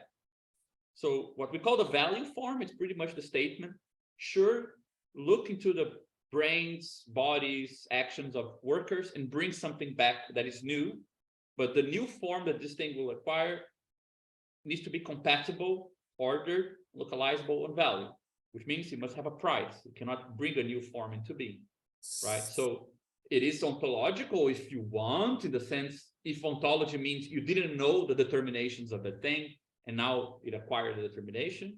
And it is phenomenological in the sense that you need a particular form to kind of line it up with other things. If that cohesion is not guaranteed, it will not be what it is. But the idea that it is, like, I just want to know how to use the terms have an answer to so this. that I don't. Yeah, okay. I do have an answer to this. In the final stage of my argument with Colin, after he unfollowed me and stopped engaging, Oh my God, there's like a whole drama I'm not aware of. I decided to abandon the like sort of like attempt to defend like Kant and Lacan stuff and shifted completely to Bogdanov and like Anwar Sheikh and stuff, where the argument I was trying to make, like bringing it, I guess, down a level to the empirical, is that like this you can detect these effects on the level of like empirical investigation and science. Like, I mean, I think the key distinction that Bogdanov makes between his philosophy of pure experience, which I think is basically like what we are doing, even if like we're like also doing all the crazy sort of like, metaphysical stuff too. I think the philosophy of pure experience in Bogdanov is still materialist because it makes the distinction between like bourgeois empiricism as kind of focused on like individual bodies and what Bogdanov calls socially organized experience. Like this is what socially organized experience is, like these different ways of like orienting and like structuring like how people actually like manage with each other. And like surplus value is a form of socially organized experience that like I am so obsessed with Anwar Sheikh, and I like love his work in political economy. I've been trying to argue for a bit that like, Karatani is not a circulationist and he's really more of a Sheikhian, which like literally nobody I know actually like likes that argument because like no one reads both of them like I do. But I mean, the point that I would make with Sheikh is that he tries really, really hard to raise Marxist political economy to the standards of like, quote unquote, bourgeois empirical science. Like what people like Liam Bright and like those sorts of people are doing, like the guy with the handle Last Positivist on Twitter, like where they're sort of like, yeah, science is actually communist in the last instance. Like, I love people who do stuff like that, because I feel like it's sort of like, if all of our like hypotheses are true in some like basic sense, it's going to be like indexed like as the surplus from like wherever people look for it.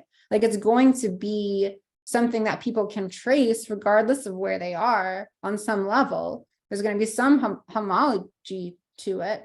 And like, I think Sheikh, for example, like, he does this in a lot of crazy depth and detail, like in his big magnum opus, but like, I think he does a really good job trying to index what and where surplus value could be on that level of like purely empirical, like socially organized experience and that stuff. What I also do find refreshing though about SCP is like the sort of communist solutions to communist problems thing, where like, I feel like Sheikh is fighting this really sad losing battle where he's directing his arguments to people who have studied marginalist econ, like in the academy, who like don't normally want to think about Marxism. Like, they're largely like post-Keynesians maybe, and they're like very skeptical of Marx. He's addressing himself to that audience. He's situating himself in that space of like what Marxists would call bourgeois economics and speaking their language, which is great. But it means that like, he's constantly dealing with people who aren't going to be able to see what he sees because they just don't share that orienting frame at all. You know, even if like he's speaking their language, it's just not going to actually register if they don't take a certain leap, right? Whereas I feel like what's cool about what SDP is doing is that, sure, like it's compatible with that, but it's also like we're just addressing ourselves to different people in a way that I think is more constructive and less kind of like soul crushing.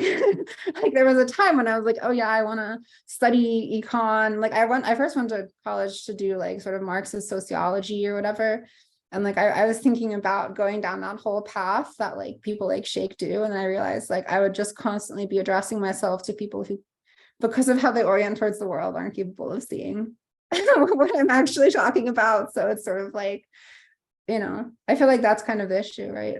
Yeah, no, it's half of the issue, because I mean, this actually brings us to a point that for me is at the core, at least for me, that's where I'm stuck in the paper. That's like the thing I'll need many meetings and help to get through, because I mean, I know you and Rafael are working more on the critique of Sartre.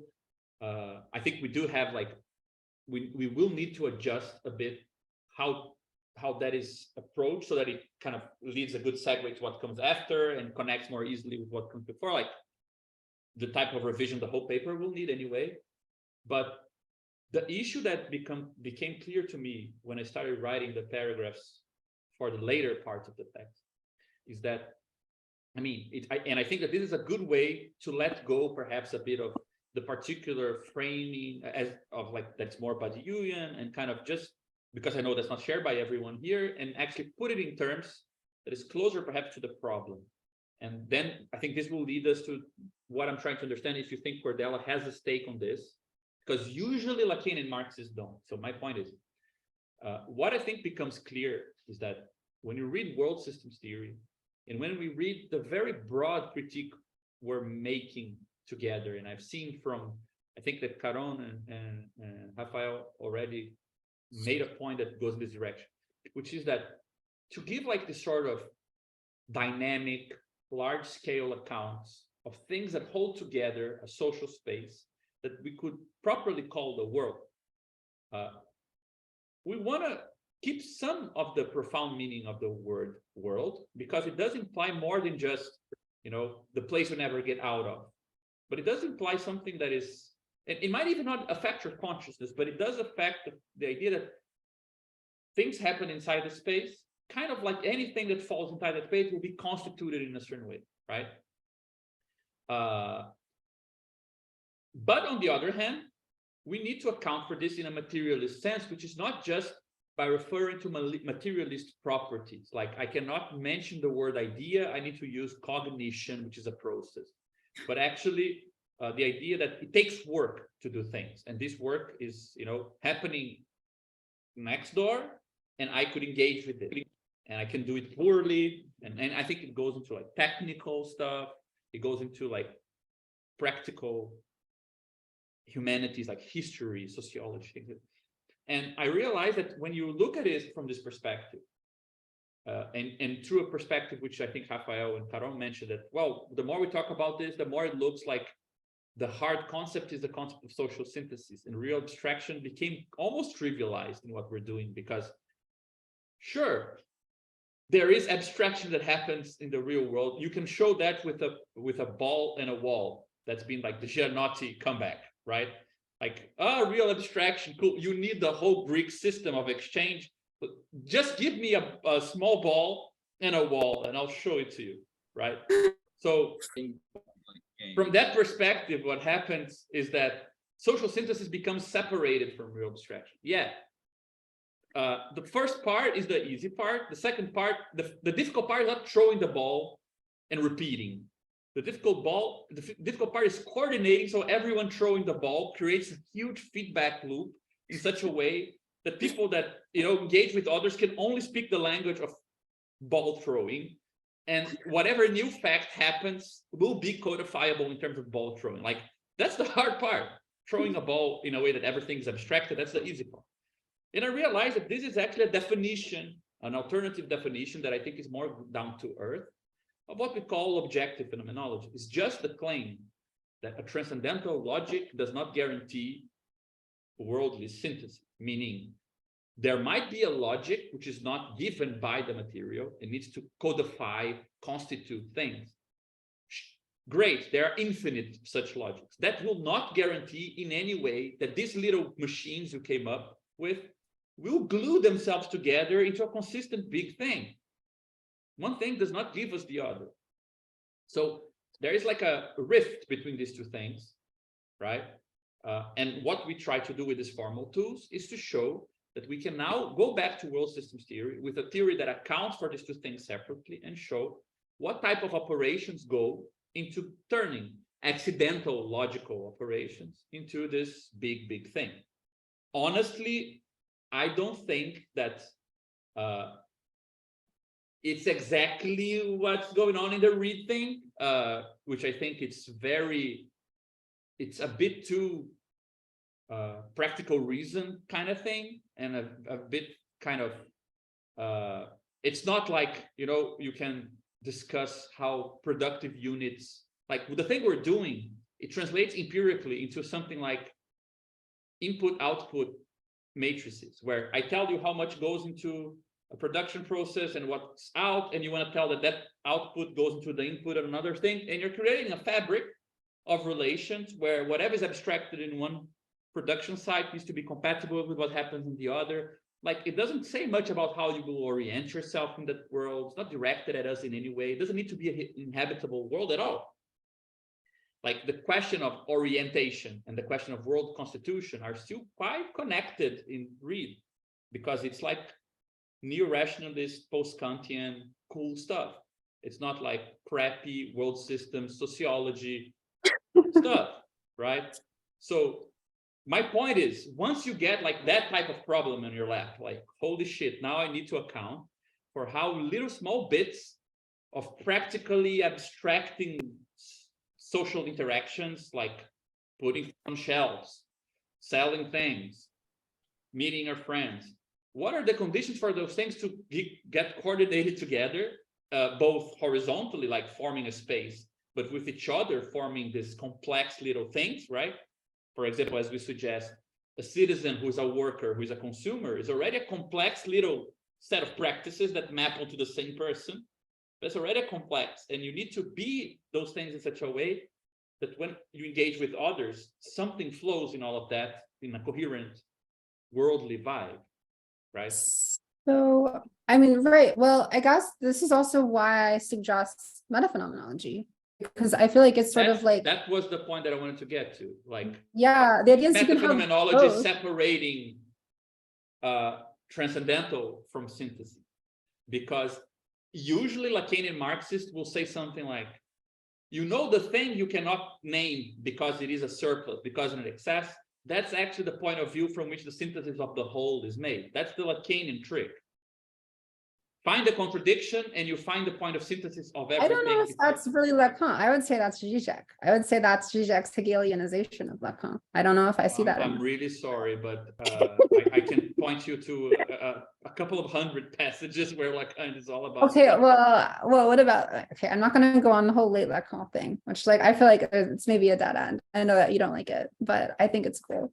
I mean, regardless of what Lacan said about this, and like how we decided to read him, which like I feel like there are so many different ways to do that. I mean, the point that I feel like is really key here is that I don't think it's really a choice between sort of objective phenomenology and like the read style practical reason. Like I think the whole point of Kordela's meta-phenomenology is you can and do always have both. So it's sort of like, I don't know, like I guess in a sense, you could actually frame it in terms of the little materialist idealist distinction I'm trying to do, where it's like, you know, the sort of practical confirmation versus conditions of necessity. And then you can even like sort of loop them over each other a bunch of times. Because like on the one hand, if you just have it like being like practical confirmation is intuition versus conditions of necessity are intuition, that's kind of just like theory and practice, right? But then if you like loop it over another time, I feel like that's almost how you get the distinction between like objective phenomenology and like practical reason, right? Where it's sort of like practical reason is, I guess, almost like the conditions of thinking the conditions of necessity of your practical confirmation, where arguably it would be like objective phenomenology would be like the practical confirmation of the conditions of necessity that you're thinking, that like you're looking at like what actually happened when you did something, you know, rather than like anticipating what you're going to do next. So like I feel like there's like a whole like, I don't know, when I read this paper, I was just like, oh my God, this is like the thing that I love. I don't know if this is something that y'all have come into contact with, but so, you know, Kiarina Kordela, who's this woman who does like the sort of gnosis skilled, like blockchain, crazy blockchain shit that I like. She's really interested in like memory and like theory of memory. Like she's writing a book on it right now. And one of her big themes is like what she calls zero knowledge memory, which like, I don't know if you've read Rekanati, like Rekanati's critique of Lacan. I love this. Like Rekanati, he reminds me of Wittgenstein. Like I love how both of them critique psychoanalysis, because I feel like they both understand it and just decide that they don't like it. Like I agree with Rekanati's critique of Lacan actually, which is sort of that he says like Lacan never actually tells you anything. He just like connects a bunch of things together. Like there's no knowledge. It's just like a bunch of different connections. And if you're going and like trying to find the answer to something, it's just sort of there's nothing. But like the answer itself is just the attempt to like connect a bunch of things together without like a final term, right? Which is what he talks about as like zero knowledge memory. And like I think this is kind of the distinction between truth and knowledge and Badiou, sort of. Okay, right? okay. It's you're like, you know, like this has been established. You know many more things than I would ever know. So like I follow like a bit. I wanted just to go back, just to make sure something is clear. Like I'm not saying that Patricia Reed's concerns are not crucial. Rafael here wrote a really cool text combining STP stuff we've been doing with her. I mean, unfortunately, she didn't write us back when we tagged her on it, but I mean, that's life. But my point is not that if it's relevant or not. I think it's absolutely relevant. It's not obvious to me personally that the theory of how you navigate a landscape needs to be given by geology. I think the two things can be, tourism is important as geology, but they could be separate. And in the particular case, I wonder if, you know, that would be my concrete question to you after my ridiculous summary of where the paper is right now, which is would you say that meta-phenomenology and this kind of, in my opinion, because it is so fundamental parallelism between thinking and being and so on, that it's useful more as a grammar or as a ground for us to discuss problems of orientation, the formation of frames of reference, and so on, which I think is more on the side of Patricia Reed's work, which I find it absolutely useful and crucial. What I was questioning is it crucial to the particular problem of solving the issue, which I think is what the core of the paper right now is, which is it true that depending on how you stitch together little sites of our world, what type of space, social space we form is different. And is it true that depending on how these things are stitched together, the very structure of how history passes and moves on in that block is different, right? And how do these things relate? I think that's where we are like, we'll need like surgical tools. Yes. Whatever the and answer that's to that the point of is, the last we're still slide. going to need the question of orientation. Mhm. So, right, so the point of this last slide is that I do think that it matters for the objective side as well, whether you're focusing on like, I mean, because I think that once you bring in like the practical reason problems, this is kind of the distinction between like actual and virtual, or like, you know, process and like substance, which like is a bad word for it, I think, but as like the alternative to process. But I mean, I don't know, like I think when you read people like Rosen and Erisman, like that kind of like crowd of people who use category theory in a certain way to deal with empirical problems. I mean, I feel like they are like, and like Erisman even has this sort of like dynamic category theory. Like she's like, and like, I don't know if you read the Glass Speed game stuff that she wrote, where like she's literally conceiving of her project as like just connecting like all sorts of crazy things that like aren't like the Hesse book, where it's like connecting all those crazy things that don't seem to be connected. Like I feel like that kind of approach, like in mathematics itself, is different from, I mean, I'm not necessarily saying that it doesn't include also, or like can't include also, the kind of approach that I think Badiou takes, where it's sort of like looking at a world, like as an actual world, right? And that like I think is very helpful for like, you know, if you're trying to make everything about the virtual, then like a lot of people aren't going to keep up with that, right? Like it's like going to be hard to get people, I think, all on that same page, because it also depends on practice to a large extent, like what you're actually doing, you know. But if you're sort of just trying to get like a picture of like a snapshot of like how something is without time, then I think that's, you know, or without change in a certain sense, I think that's what the objective phenomenology is really helpful for. I mean, when I first read Logics of Worlds, what really got on my nerves was that I was like constantly feeling really frustrated about how does time fit into the framework. Like I was like, where is time? Like I can't find time in Badiou, and this is driving me insane. So I'm still there. Like that's still where my issue kind of is. And I think to an extent, like Badiou sees this as a feature rather than a bug in his theory. Like when you read his lectures, I mean, you might have even been there because I think they were EGS lectures, the subjective change stuff, where he's like talking about like, you know, why he chooses not to incorporate like change or time or whatever outside of his whole sort of like eventual stuff.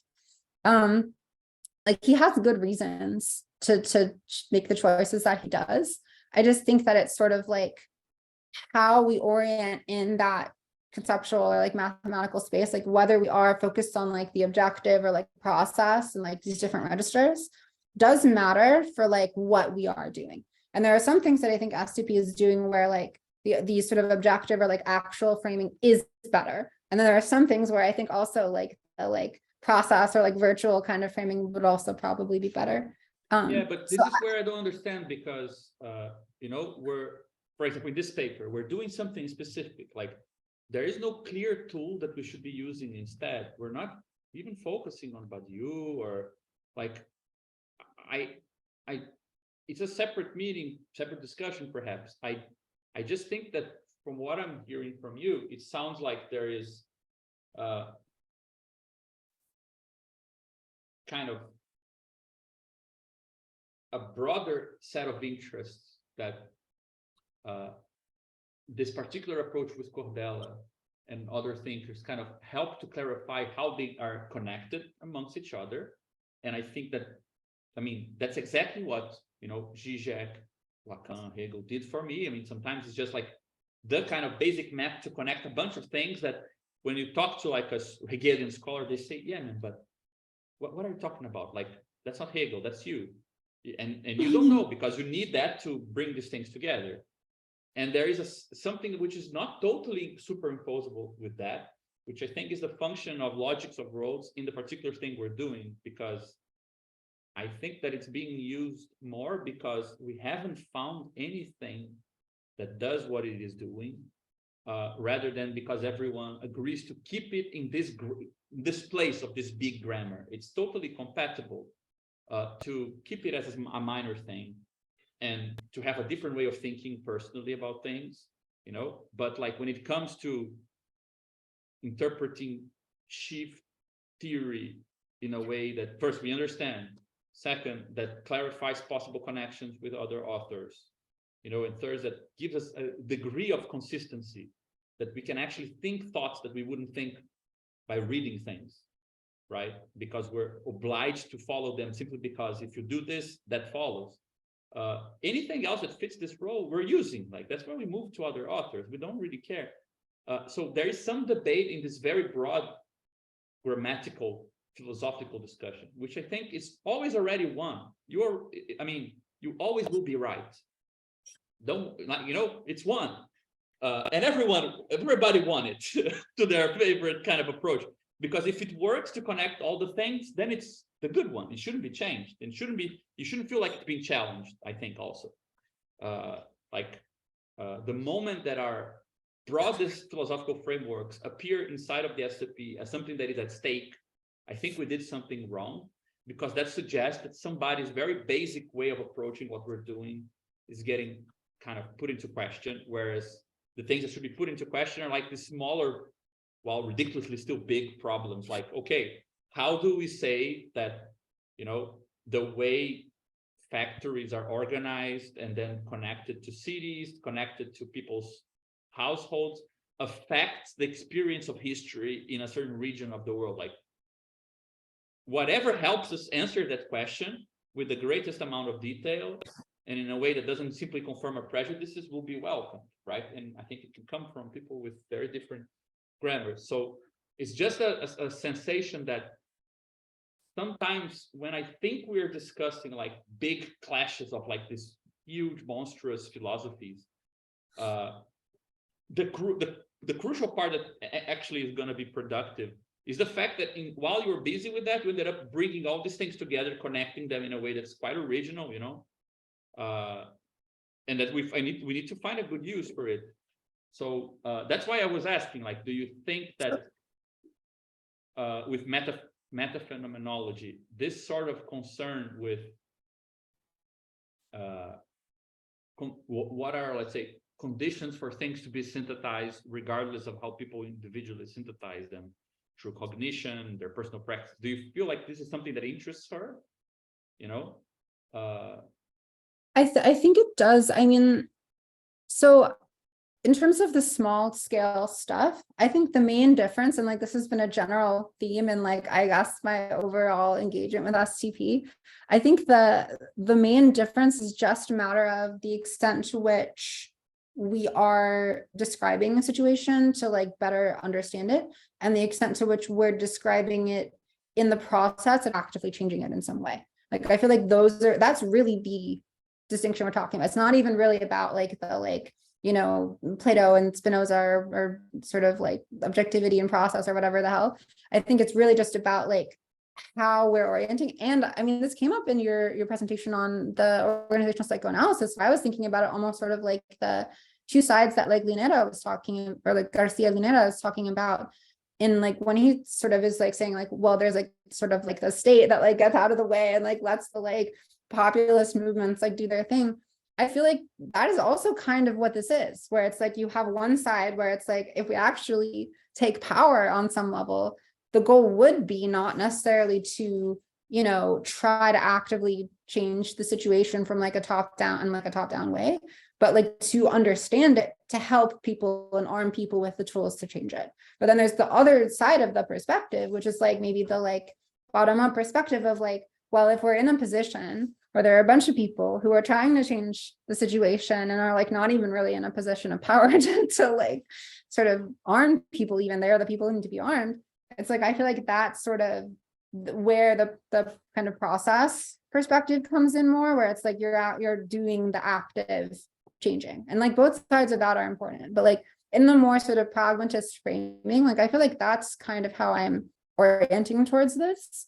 Also, just because like I'm coming to STP more from like the perspective of like an organizer, I guess, than anything. Like I just also just from being so frustrated with feeling like organizers in the US like don't really ever talk about theory on this level, which is like this is like so exciting to me that like when people actually have these conversations somewhere.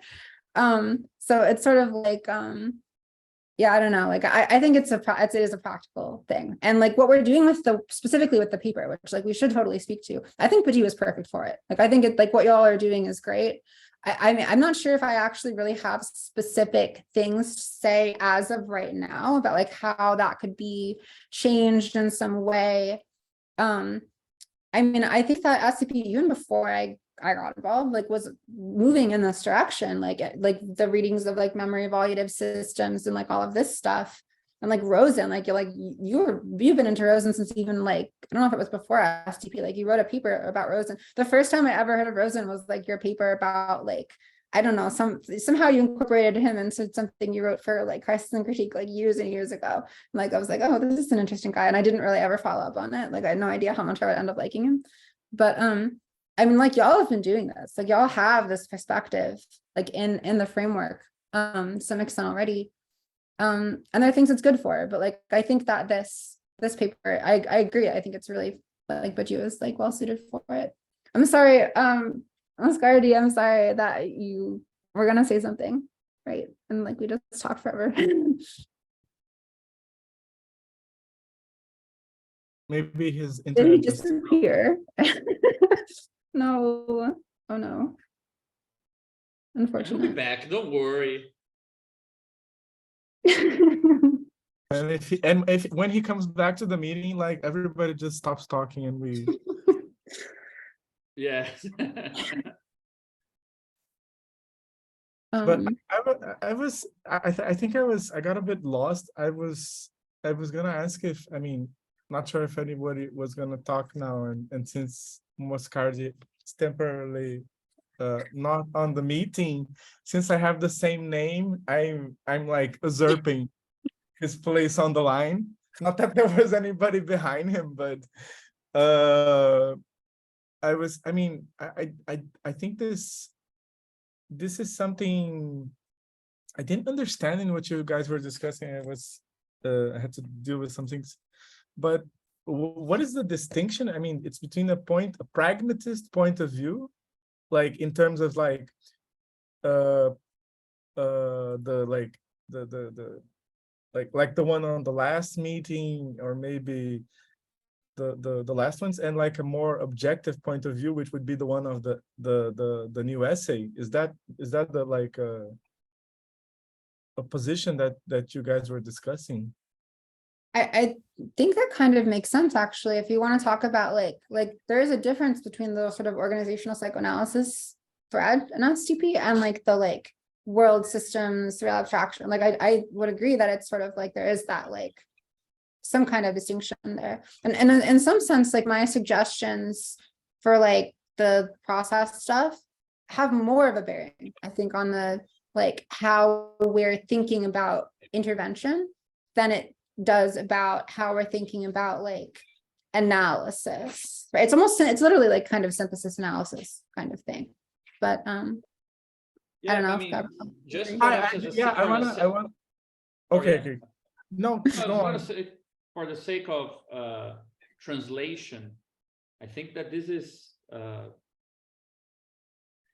mean, this is where, again, I think that out of diplomacy is a good thing for us to track, because I think we're having the opportunity today of, getting a feel for a very different way of approaching very similar problems. So I think realizing this difference might be useful, which is, there are in my opinion, there are philosophical grammars, meaning ways you're gonna organize your statements, like how you can name something depends on this thing, and so you're gonna kind of construct your problems and things with these words and these rules. Then there is the problems themselves, which are trying to grasp with these things, and there is a third thing, which is a justifications for doing what you did. So why do I need this grammar? Most philosophies, especially today, the justification is usually in the form. Those other guys have bad politics because of the way they think. If you think the way I think, you're going to be closer to politics. So something like, people don't think in process terms, meaning they don't think in terms of actions, meaning they don't think in dynamic, transformative ways. They think in stale, ideal, objectified ways. I mean, that puts them further away from whatever good word you want to use, like material, singular, real, bodily, you know, like all the good stuff. So that's not crucial to it, because what's crucial is that you do get to grapple with problems in a new way by speaking the way you're doing. The justification of what the others are doing is secondary, because that's not what you're doing. So I have the impression that usually we overcome problems of translation in philosophy when you find a problem that is so rich that you're obliged to use two philosophical languages at once. So for example, when you realize that you're obliged to speak as if objects are processes and processes are objects, and you cannot choose between the two, suddenly some distinctions no longer make sense, and you say, okay, fuck these two philosophers, they're fighting for whatever cause, I don't care. That's what I think we should strive for, because I do think that like Hegel versus Spinoza is like the most, 90s, 80s problem ever, like, is Plato a bad person? Like, our grandparents discussed this, like, we shouldn't worry about this anymore. Like, who cares? Like, those things are, is there a continental analytic? Like, there are problems which I think we should strive to center around them, which makes this kind of things a bit less active, like these debates. And you then are tasked with clarifying why this grammar is good for approaching a certain aspect of the problem. And I think that you clarified that a lot today, why it is that it seems that it becomes absolute, like there is this Spinozist thing about things and representation that becomes much more natural than the sort of Hegelian way that these things become one another, which is always kind of magical and surprising. It's like very natural and obvious for Spinozists. So things it becomes perhaps more straight to the point to name this kind of middle out point from which being and appearing, superstructure and base, production and circulation, all these dualities are actually kind of falsely produced, because there is actually a unified monist process that is constantly guaranteeing that. So like, it becomes easier, if you want to address that, it becomes easier to talk in this language. But the cost of doing that is also knowing it is a language, right? And not that it's what it is because other versions of talking about this are just wrong, right? That's the good and bad about philosophy. Like, it's just not wrong. Like, it's always right in one way or another, right? So it's good because I like that, but but there's also this problem. So I have the impression that a good kind of criteria for these moments when we're kind of pitching two different approaches together is actually to see what becomes indistinct. And I do think from the things that you tend to focus, that it's becoming clear that it would be in everyone's best interest to clarify more when we write about things and when we discuss things, that objects, for example, in Badiou's theory, are processes. Like, there's absolutely nothing anywhere of anything he ever wrote that suggests that objects are steady, immobile things. You could even say that what he calls eternity is the point of view where you can indistinguish between if you're talking about something that it is or something that becomes. Like, you want to arrive at a point where that's why he's even to say such in Logic of Worlds that objects are just a set of all modifications. Like, there is no, so it's just the process itself. So you could describe the thing, but we never emphasize that. And we might even do the bad thing of adopting his grammar often, so without reflection, that it suggests that the justification to do so is a depreciation of process philosophy, which then would prompt you to say, no, wait a minute, guys, this is actually very useful. So probably there is a diplomatic maneuvering we could do to be a bit more deflationary with those kind of counterposing justifications, like, we need to go this way because the other way actually doesn't get what we need. And actually find a way of framing things where which I think we're getting very close to, like what we call, like, I think Dennis did really important work with John of showing that in the approach we've been developing, objects can be just thought of a bunch of constraints. Social objects are like a bunch of social constraints packed together. So that's just a process with a limited path, right? So we should be able to describe it both ways, right? And I have the impression that if we do something like that, if we pay more attention to that, to also clarify that we are actually making a bridge between these things, I think it will be easier to learn to speak Kordela's Spinozist language without feeling like it's a indictment of something else, which I think sometimes it feels like it.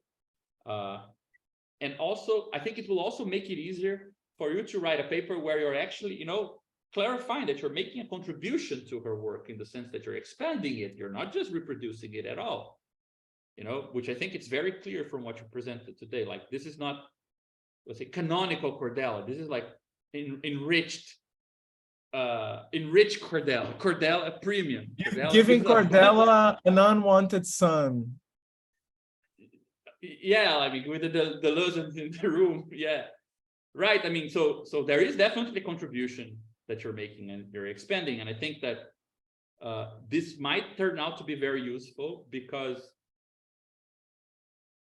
usually what I think sticks the most when you give us like at least for my perspective, when you give us a feel for how you're approaching the question, is the part of it that I can only associate with your name. Like, okay, this is what Anna is thinking, rather than what this or that thinker thought, because sometimes we don't know them enough, but we can see from the way you brought these things together that there is clearly something you're doing that is not in any of these places. And I think that's really important. Shouldn't get lost in this, but there is definitely an exercise of navigating between this kind of, which I like. I think we should propose something like this, like just preliminary hypothesis to test if it's true. Like, there does seem to be a weird equivalence between describing things from a pragmatic point of view, which start with processes, kind of with that aspect of what organizing means, which is living creatures where life and being are very similar, things like this. And it's equivalent in some way to calling like lumps of these things objects and talking about social objects, how these things glue together and things like that. I have the impression that that's where we're heading, but perhaps there is an adjustment just of, as I said, like a diplomatic adjustment rather than like adjustment on the problems or the content of things. Not sure how you feel about it, but like that's kind of my giveaway of giving how much kind of superposition there is, I mean, I like completely agree. Like, I think that's like exactly like where I'm trying to go. I mean, one of the big themes in epistemontology, like she does mention this in the introduction, but I feel like you can actually really detect this shift over the course of her career, of like Kordela's career too, where like in epistemology, she's saying like, if you're trying to choose between Hegel and Spinoza, you've missed the entire point like of Spinoza, and even arguably of like a certain kind of Hegel. Like, it's like the point that she's making is that like there is a way to not be able to say like, which one is like better than the other, because you've sort of already like incorporated what's good about both of them in a way that isn't just reducible to like what was happening in like the 1600s, 1800s, whatever. So yeah, I mean, I totally agree with that, this idea that it's sort of like, I mean, you can apply the same thing to like Kordela and Badiou. Like, I feel like it's not really a matter of like, seeing them like from the perspective of the imaginary. Sometimes that might also be worth doing. Like, sometimes it might be good to make the distinctions, but I think most of the time, and like, especially for what STP is doing, which is a very constructive project. And, I think that's something that we need more of, because so much of academia and like sort of academic philosophy is like based on individuals trying to advance their careers by like figuring out all the people who are wrong. I feel like it's sort of like what's good about STP is that like we're like actually trying to like build something together, so we don't have to like stake our claim on like identifying who's like terribly mistaken and going to like send us back to like neo-feudalism or something. So yeah, I mean, I agree. Like, I think it's going to be really interesting to try to like see how much these ideas can merge and like create something that couldn't have been anticipated by the thinkers themselves that were drawing. I'll get in trouble for this, but I have to confess that the attitude that you just described in academia was something I kept thinking of in the reading for today. Yeah, I must say that I think Anna it passes more the test on there than Kordela sometimes. She does. I mean, give us this, Anna. She sounds like a comparative literature teacher sometimes, right? I mean, like that's where she is. Like that is her practice. Like, yeah, okay. that's like a real abstraction that's like happening, I think. So like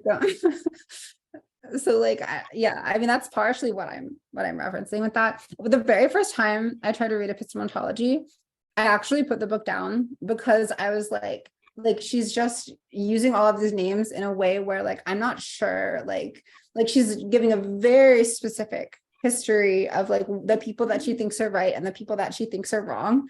And like I'm just like, I don't want to think about this right now. Like I can't like incorporate that into my mind without feeling really weird about it. But I'm glad that I actually gave it a chance and like tried to listen to where she was coming from with that, because I think it can like be really productive to engage that way, because like especially if it's a way of critiquing some thinker that like you've sort of turned into your like little thinkery fetish object person, that like you don't want anything else, that would somehow conflict with something that they say. I think it's nice to read people who like sort of loosen you up a little bit on that. And like definitely for me, like a lot of the things that Kordela like says about like even just like Kant or like Meillassoux, who like I came out of this whole context of like being really obsessed with Meillassoux for a few years, which like I've kind of grown out of that. But like a lot of the kinds of critiques that people like Kordela can make of those thinkers are very helpful in the fact that they are a little bit antagonistic. But the context that she's in, like, it's kind of sad. Like, I feel like there aren't very many people engaging with her work because they don't, I guess partially because they see that kind of approach and they don't give it that chance where it's like you can read it without having to take that approach yourself, but it is, I think, a symptom of how academia is set up right now. And it's also why I think most of the most exciting stuff that's happening is like para-academic, where it is like this sort of like these group projects, these constructive projects where like people aren't thinking about their careers, they're thinking about the movement in some broader sense, but that's sort of how I see it. But there's something that I think it's and I really love this kind of good faith reading, and it reminded me a lot of like not only what I think I do and how I deal with other people's readings. It's just like I love it when someone gives a good faith reading of someone who either I will never want to read because I don't have the time or interest, or who I've read, but for some like lame reason I've hated him. So it's really incredible when like someone gives us a good faith reading and you say, okay, I like him through this person. But I really think that there's this point that I'd like to just retake, because I think it was like something that Gabriel mentioned, and I think it's involved in this discussion, and at least for me it's of particular interest, which is the idea that like certain problems make distinct grammars things that are not competing, which is an institutional effect of how philosophy organizes itself, but they actually need to be reworked, refusioned, remerged, or whatever. And I do think that when we look at our problem, I mean, and I come back to this because like this is like people mentioned the part of the atlas that I wrote that went unnoticed despite the internet tagging, which is like, isn't that like what references are these days? I mean, you were tagged. It's like common courtesy to just give a like. But like I think there's actually this is one of the problems that has been occupying me in all my time while like listening, understanding, discussing about STP, which is because there is, I think, these two sets of problems that are and are not distinct. They are distinct because in effect, they are generally treated with different tools, but they are part of this, they are the same object. I mean, processes are objects and objects are processes. And I think like this text that we are doing, not me, because my life has turned upside down in the last few weeks, but I'm looking at it. I think it's like going a great direction.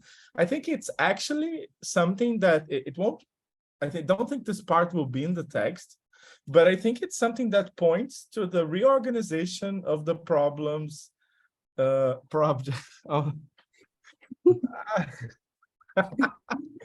yes, it's a man, I gotta use this. I have projects in my life. That's all I have. 99 projects. Yeah, and I mean, this is, yeah, okay.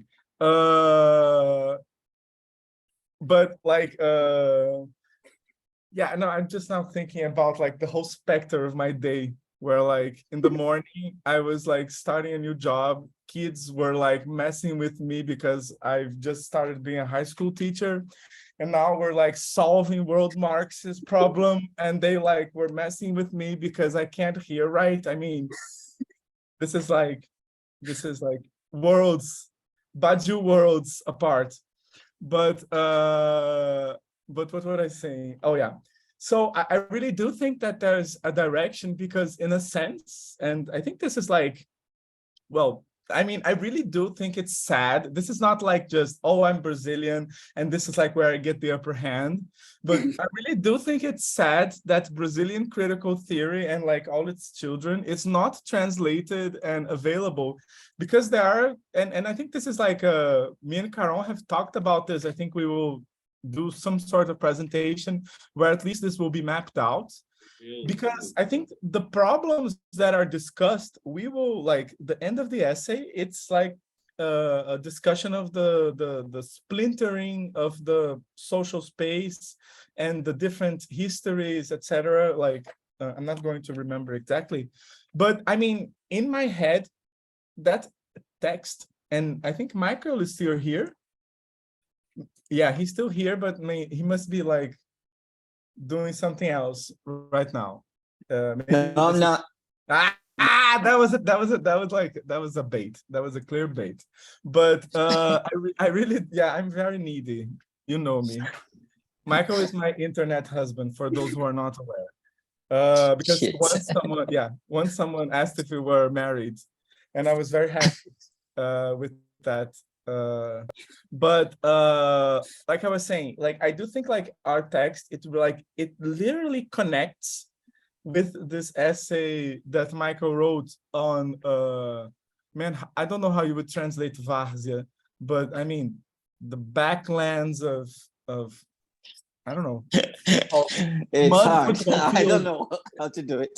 Yeah, but why am I saying this? I'm gonna explain. I'm not just gonna do the joke. Yeah. But because I do think like there's like there's where we have a philosophy like STP, a philosophy of history, and then in the end we have like a case study, which is in a sense a practical discussion with pragmatic elements involved. Because I mean the text, it's like a text on what produces bonds, links in contemporary society in Brazil, especially when there is a lack of state policy. And money is this bond, and then he analyzes like the church, crime, I don't know if there's I don't remember if there's a third one. We could ask Paulo Arantes because he really enjoyed that text. But I do think it connects to the pragmatic aspect. It's like it's the larger object, at least in my mind. These two like points, like starting from world systems, real abstraction, all the way to philosophy of history, and then to the pragmatic. I think there's an object there. And I do think it's something that we haven't talked about. And I think this meeting, and it's really great. I mean, I think this is one of the meetings that, at least for me, will be this one was a meeting where like things started clicking, because I think this larger object, which is like something that I think I was trying to deal with also in my contribution to the Atlas, I think it's getting a bit more clear. I'm not personally, even though affectionately, I'm a Spinozist. I'm not really interested in that debate, but I do think like as long as we get these tools and get out the see how they fit our problem and not the other way around, I think this is like a good progress we're making. I'm really glad to hear that. That's kind of the idea. So I agree, and I'm really happy about that. I don't know if anyone else has something to add. Damn, Moscardi never came back. Now I'm guilty. Not me. Maybe you two should be guilty, but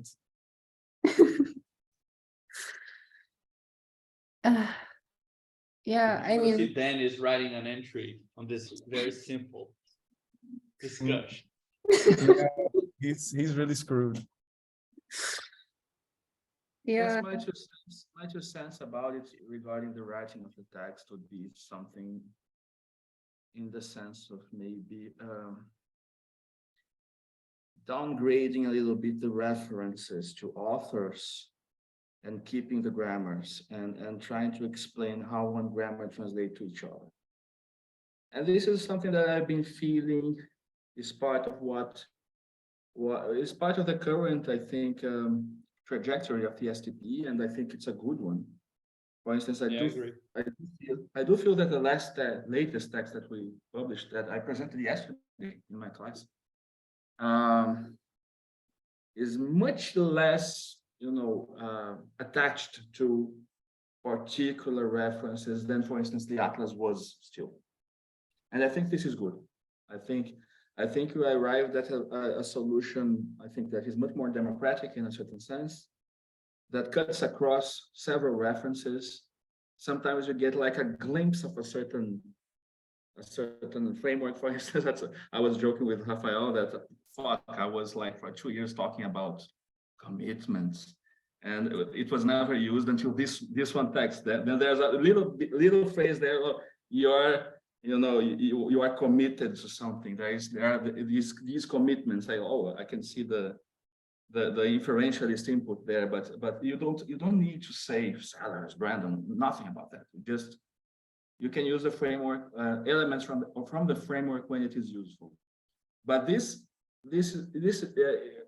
of course, there's a kind of technique for that, but it is very good. I think this is clearer. This is what I wanted to say. When there is a certain way of writing it down that reflects that this is the attitude, instead of, this author is the best one and that author is the best one, something like that. I think we are headed toward that direction. And I think there's a good reason for that. It's not only, diplomacy. I think there is a kind of a body of work that already exists that we can draw from, that we did. So it's starting to become like we don't really need too much to reference other people all the time. We can just draw from what we already did. There is someplace that we already did that might illuminate what we are doing. Of course, we can plug in new stuff. But I think as a general idea, if we are focusing on the ideas, I would say that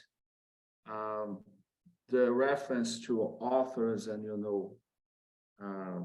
beefs between authors and this kind of thing is noise. It's just noise.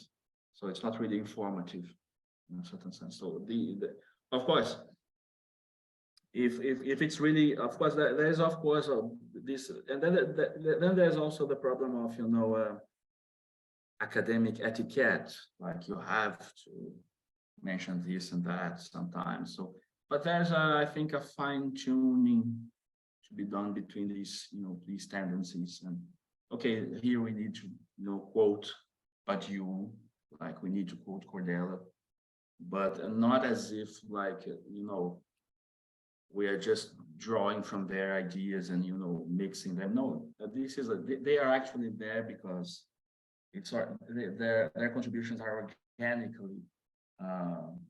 organically connected in the stuff that we've been doing. As I was mentioning, like, okay, now we're talking about commitments.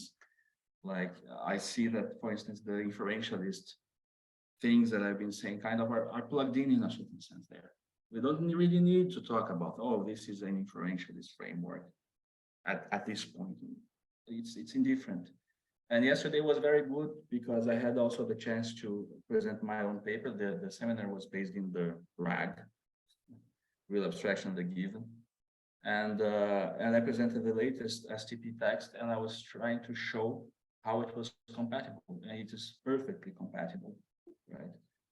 Without needing to mention necessarily the same, you know, author names. It's much more like the ideas, right? And I think this is a good development. I would encourage going more in that direction. For instance, in the paper, I'm just a tiny bit of a tiny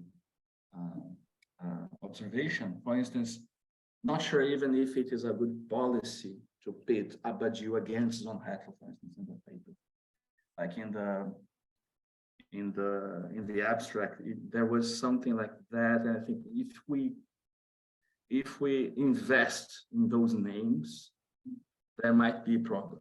People that are very Zonhettians will, you know, will not like that. Okay, you're saying that Badiou is better than Zonhetto or something like that. Whereas what we are doing is not that. We're using Badiouian framework by means of the Karatani interpretation of the modes of exchange, and interpreting Badiou as an expansion of Karatani's modes of exchange, and this is interpretable as a generalization of the principle of real abstraction that is very restricted in Zonhetto. So I think you can, you know, build this seamlessly without saying, okay, this is a better solution than Zonhetto solution, for instance. You see, but this is just a more localized comment that I thought might be a little bit problematic. I think it's relevant. Rafael, who's not here, who left, I know he would like to make that comment. He sent me an audio message about that same problem, about a general attempt. I think the gist of it, correct me if I'm wrong, is if you read our last paper, it's so clear the attempt to move, I think it's as a two-sided movement, move from the authors to the grammar, meaning rather than say, whoever, blah, blah, blah, defined this concept, or according to what this person said, to actually describe, like, if we approach this phenomena as if it is this and this and this and this, then this follows, right? But then also move from that kind of grammar to our, like, because I think those are the two steps we've been doing. We've slowly, because this takes time, moved from authors to a more, let's say, functional description of their concepts. And then we move to something which sometimes is not obvious to be a third thing, which is what our actual thing, because it's not Badiou.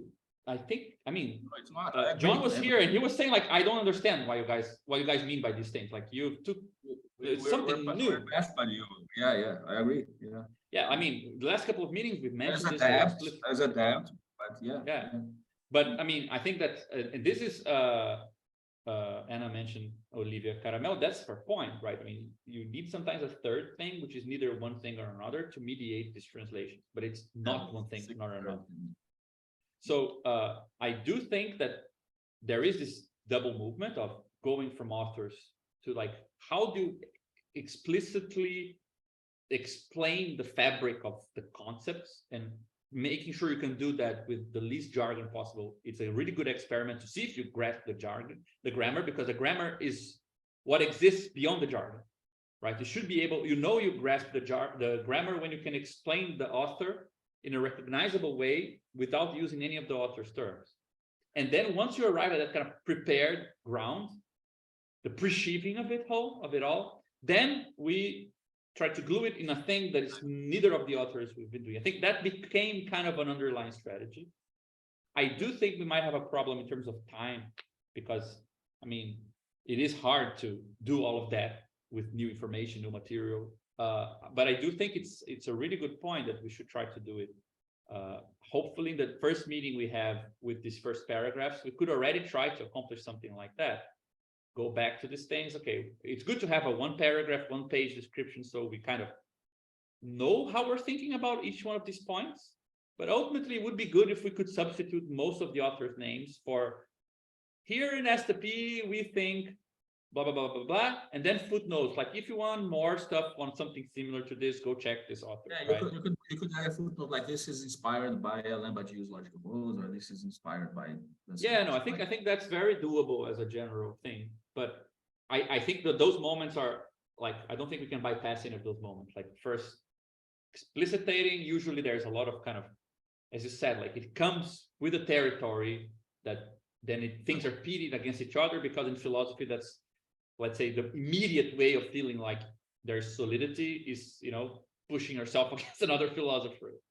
And I think there's actually a great like redistribution of labor in this, like, especially if we put just like really lame inspired by, because our whole gist, I think, is people treat political the problem of like describing social phenomena metaphorically, and they deal with the philosophical texts in a very material way, like, oh, this is located in Zonretto's text and it's links with this and that and whatever. So like there's a really high precision in the philosophical analysis, but the reference to the reference is like suggested, inspired, metaphorical. And I think like we are trying to switch up. We are not interested. Our relation to institutional philosophy is inspired. It is not necessarily precise. We may eventually engage in like a commentary, but that is not the point. So I think it actually like doubles down on the goals for what we've been doing here. The goals we have. Sorry, my cat distracted me. Yeah, being distracted by a cat right now. A lot of animals in today's meeting. I think Mark had a cat joining us. I had my dog. Carps. We talked about carps. We talked about carps. Yeah, like koi fish. It's actually very good that they are called koi, because it's closer to coins, right? So that might be the confusion of Michelle Bolsonaro. She was confused. So if I could respond to what Rafael was saying a little bit. So there are a number of different reasons why I feel like I have this like citation compulsion, where I'm like constantly bringing in different authors all the time. One aspect of that, which I think is the easiest to get over in this kind of context, is that like the anxiety about people like not taking me seriously or not understanding what I'm trying to say. And so like deferring to some kind of authority, or like, don't trust me, trust the like person who has a position of power, But I can sort of set that aside to a large extent when I'm in this context. The other aspect of it, though, that I have a little bit of a harder time with, I think, is the feeling that there are different layers of like, I could totally rephrase what I'm saying in a way that would be like very sort of like everyday language or whatever, or even sort of just in terms of like the language SDP has been using. What I notice about how I engage with texts is that when people are writing in that kind of way, that the precise distinctions that are being made between more elaborated concepts often go completely over my head. like I'm just not really able to make the connection between the sort of, I guess, more simplified explanation and like how that relates to other stuff that I'm reading or thinking about until it's sort of clarified that like, well, this relates to this text in this way, and this relates to this text in this way. And then all of a sudden I'm like, oh, like, so that's the level of elaboration that like this sort of very like, you know, polysemic word is being situated at. And I think it's different for everybody. Like, I think that like people have a very different way of like, when you multiply citations for me, like I love that, because then it's like, oh, that's how I make these connections. But I feel like often when I'm talking to Gabriel and I'm doing that, he's like, no, stop, like too much. And like, you know, wants to like go stop by stop with like a very sort of different, like often like he's sort of said like he just likes to put a bunch of arrows on things. I must say that I've drawn like, I've taken WhatsApp messages and drawn like little pictures to follow all the connections. Like I should have sent them to you. They look pretty cool. Yeah, so like everyone sort of has their different way of engaging with this stuff. So I don't know, I feel like I could definitely be a little bit less like caught up in my way of doing it, which is very much sort of dependent on how things are situated between different authors. But yeah, I do want to try to figure out a better way to balance that like sort of desire for a certain level of elaboration or a level of like how to situate on that level of elaboration, while also like not taking positions that are going to just sort of like make things seem more antagonistic or like committed to like a certain kind of like imaginary rivalry in academia than like needs to really be the case. I think it's a really difficult balancing act. So I don't we have to really work it out like on the specific case by case a little bit, I think. But JP, yeah. I just want to add that that was not a personal criticism of you, and by any means my comment. Is the sound low just for me, The or sound is lower than it was before. is there like something in the microphone? Maybe now. That's It's a better. bit better. No, that was not intended as a criticism of you, and by any means what I was saying. It was just a kind of something that I was thinking about STP at large. So I was also mentioning the atlas and all of that, because one of the difficulties here is that this is a group with different commitments. There are, I think, a few things that we agree on, everybody perhaps, but these things we agree on are not dependent upon any one author.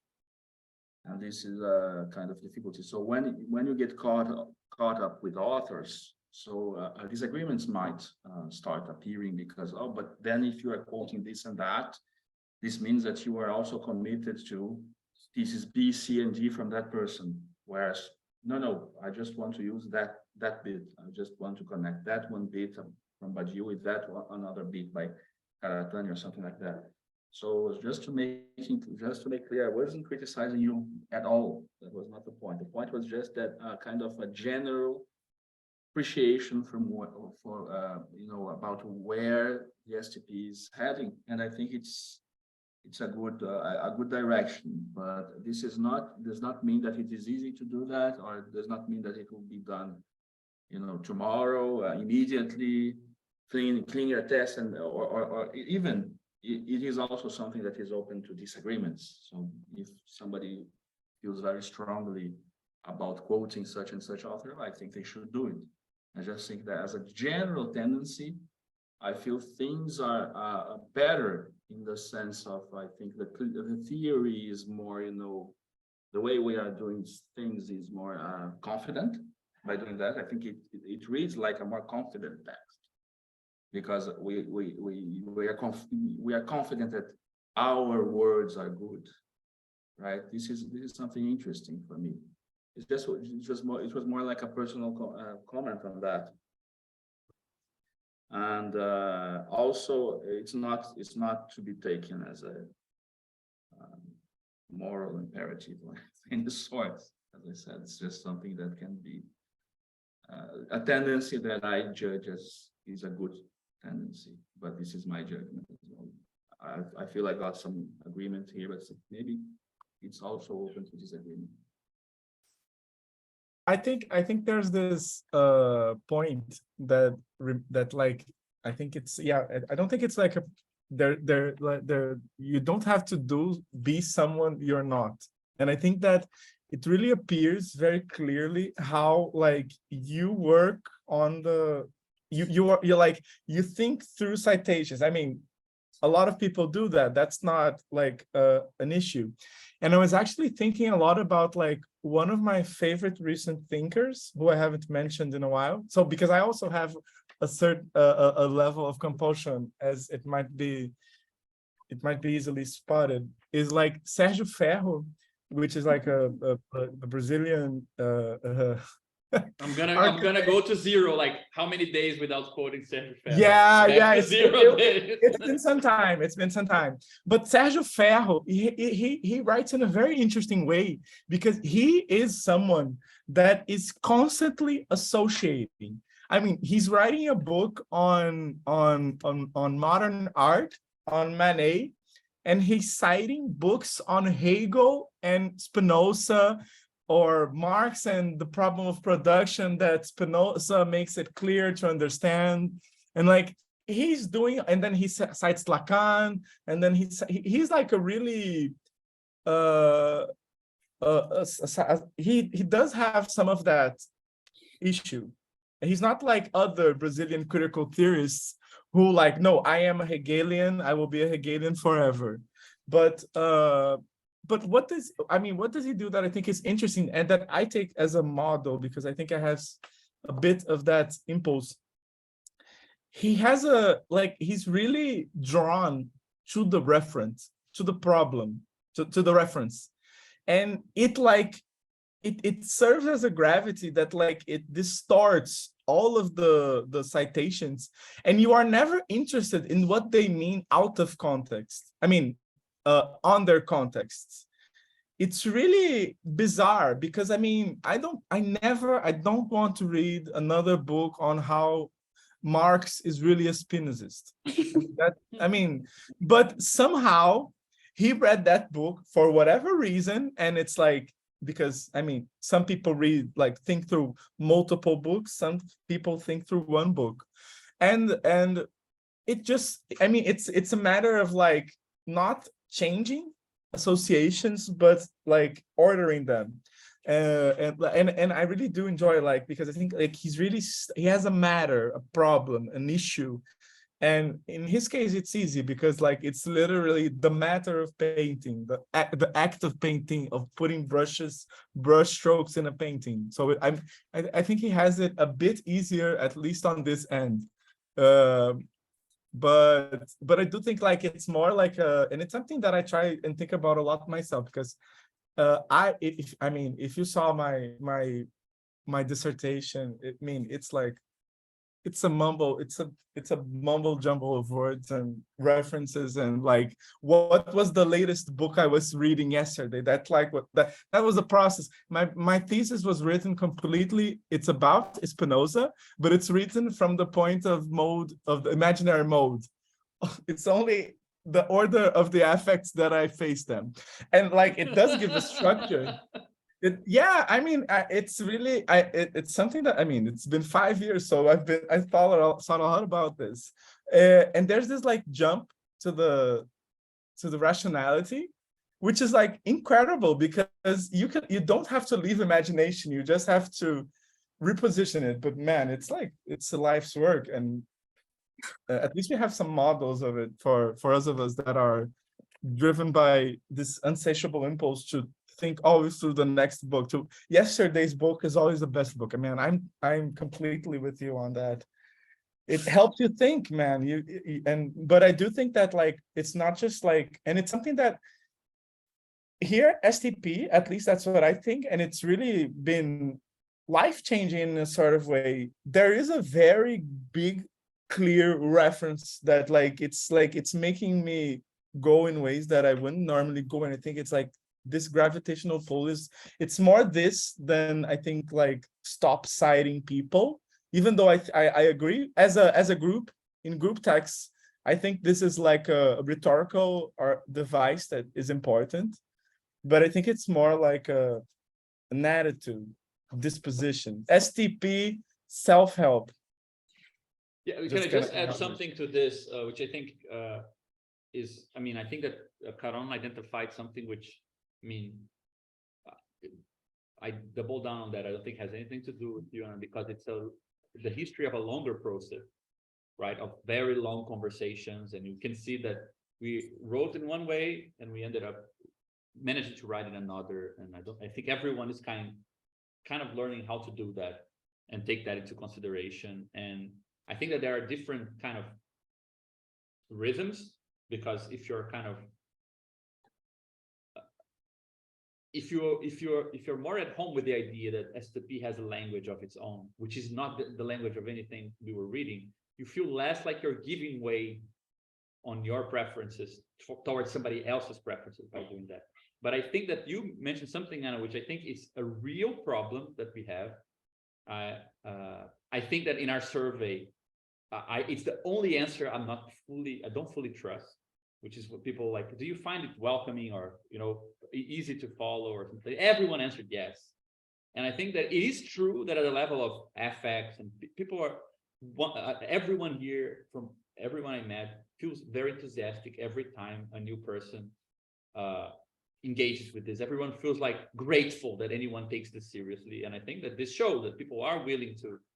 But I think that we still don't have the means to help whoever is coming separate the feeling that they are.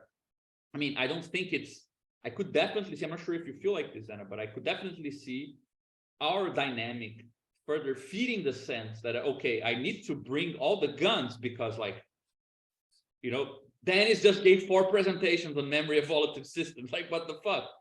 And then somebody else talking about something else. Like, this piles up the sense that you need to double down on and I think it's an objective feeling that you need to react to it. It's not like casual personal thing. I think we might produce this more than we are aware, and it even creates a mismatch, because then people are personally very welcoming, but the feeling that you need to kind of quickly integrate yourself into something that is already established and perhaps already leans in the direction of a particular tradition makes it harder to realize that people are generous, precisely because the thing being constructed is not really threatening any of these traditions. Like, you can still stick with your turf philosophically and find a way to patch it together through these little methods we're trying to develop. And both things remain safe.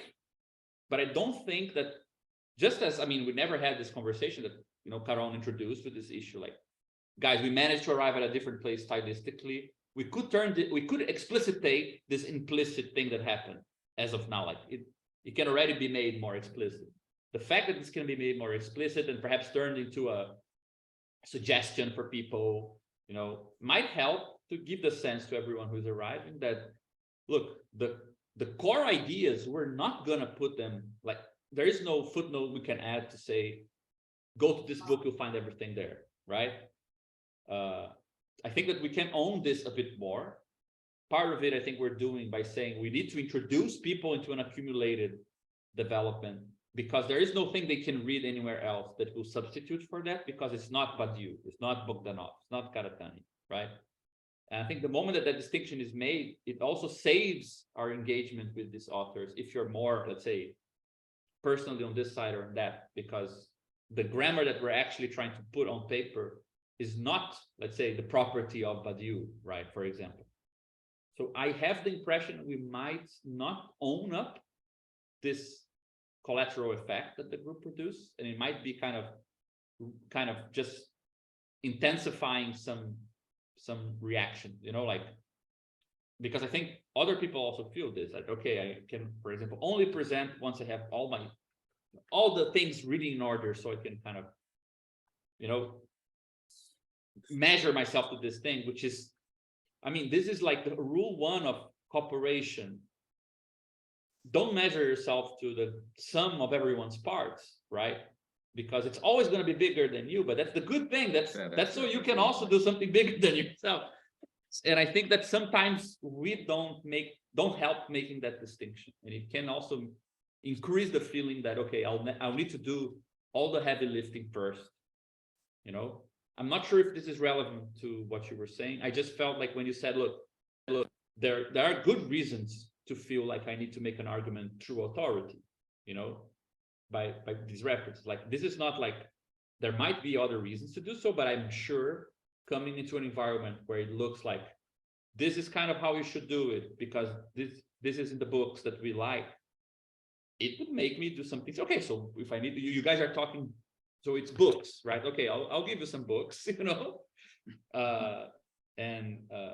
I think what Caron said helps to deactivate that a bit. There is a weird protocol for processing these references that I think we're slowly owning up to, and I don't think we have yet, you know, and there's gonna be like some testing to make sure it can actually accommodate people's I was describing a tendency. Yeah, I do think it's a tendency. And I think, and I feel it's a good tendency. It was just that it was not intended as a, you know, personal critique to anybody. Just I think, yeah, that I think it's I think things are running more smoothly, and I think the texts are getting better. So I Maybe think it's not so much about having the quotes or not having the quotes. Perhaps is a certain attitude as well. So yeah, it's more like the investment. You are not invested in the author, even if you quote them. You're not necessarily invested in the author as much as the relevant components that the author is bringing to the table into the treatment of a particular problem. It's more like that. For instance, the latest text, I thought there's much less quote. I thought it was good to not have like all the time that Badiou, Karatani, Bogdanov ghosts, like overarching ghosts all the time over the framework. I thought it was good that we are kind of owning up to what we did. But at the same time, we're generous with quotes, because we quoted friends like Rodrigo Nunes, Sabrina Fernandes.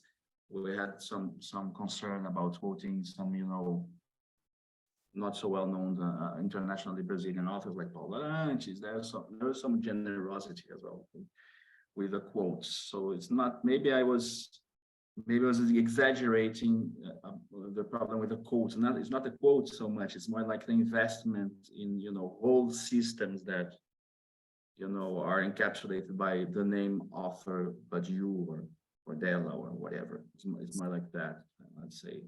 And this is kind of being deflated. There's a process of deflation of, you know, these investments.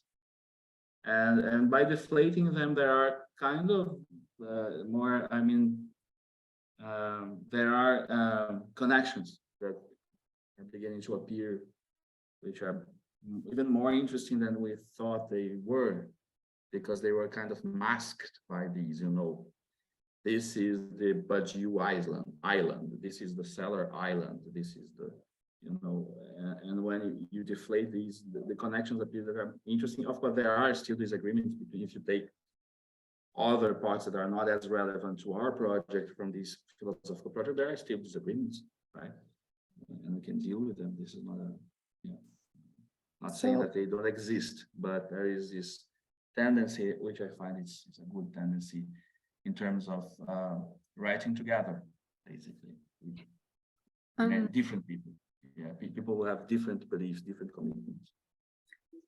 maybe this is also a good way to close it out, but I have another thought basically on this point, that like this sort of distinction that I'm trying to make between like the sort of practical confirmation and the, like, I guess like really cognizing like necessity thing, is that I mean, I think in a lot of ways the stakes of the theoretical debates only really become clear through some kind of practical confirmation. And to a large extent, I think that's actually a matter of like how STP is like run like as an organization, like what we actually sort of do to like compose ourselves as a group. Like if we apply the organizational Trinitarianism like to ourselves and sort of see what we're doing, which is sort of what we're doing now, I think.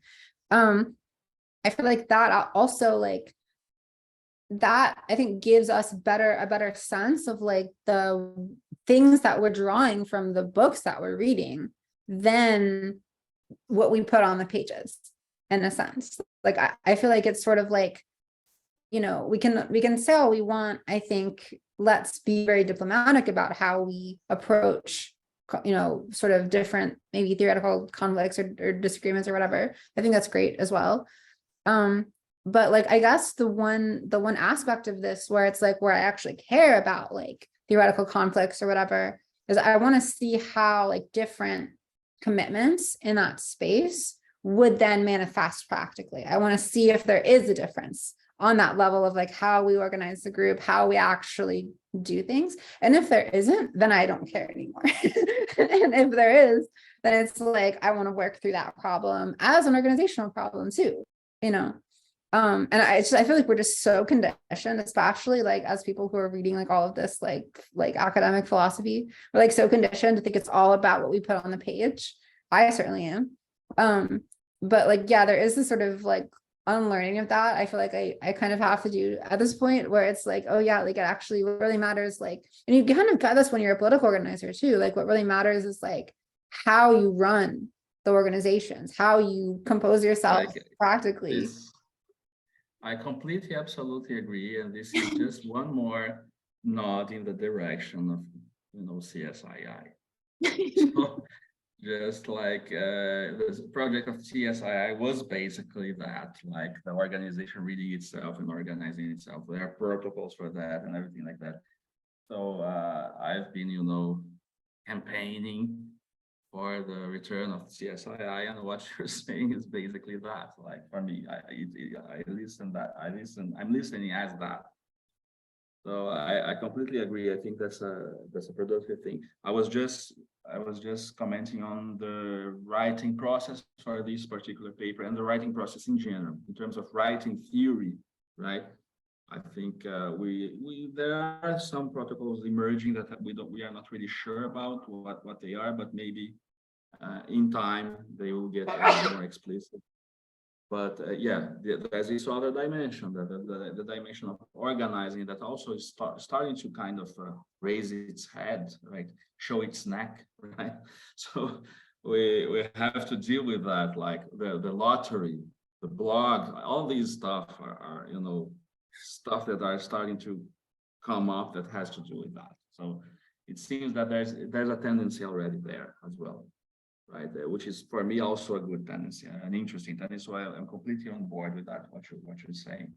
Just that it seems there are different protocols for or the organization and the, shall say, like the managing of disagreements in the group, which is there's up to a point it's very good to have these disagreements and see what they entail, and the writing process, like they have like I don't know if they have the same kind of parameters. I think they are a bit different, right? It's just about that. That makes a lot of sense. Guys, I need to cook dinner. Yeah, me too. Same here. Yeah, it was amazing. We really want to see what Dennis will come down from all of this. Good luck, Dennis, when you really watch the whole thing. Thanks so much. Okay. See you next week. See See y'all. It was amazing. Thank you. Bye-bye.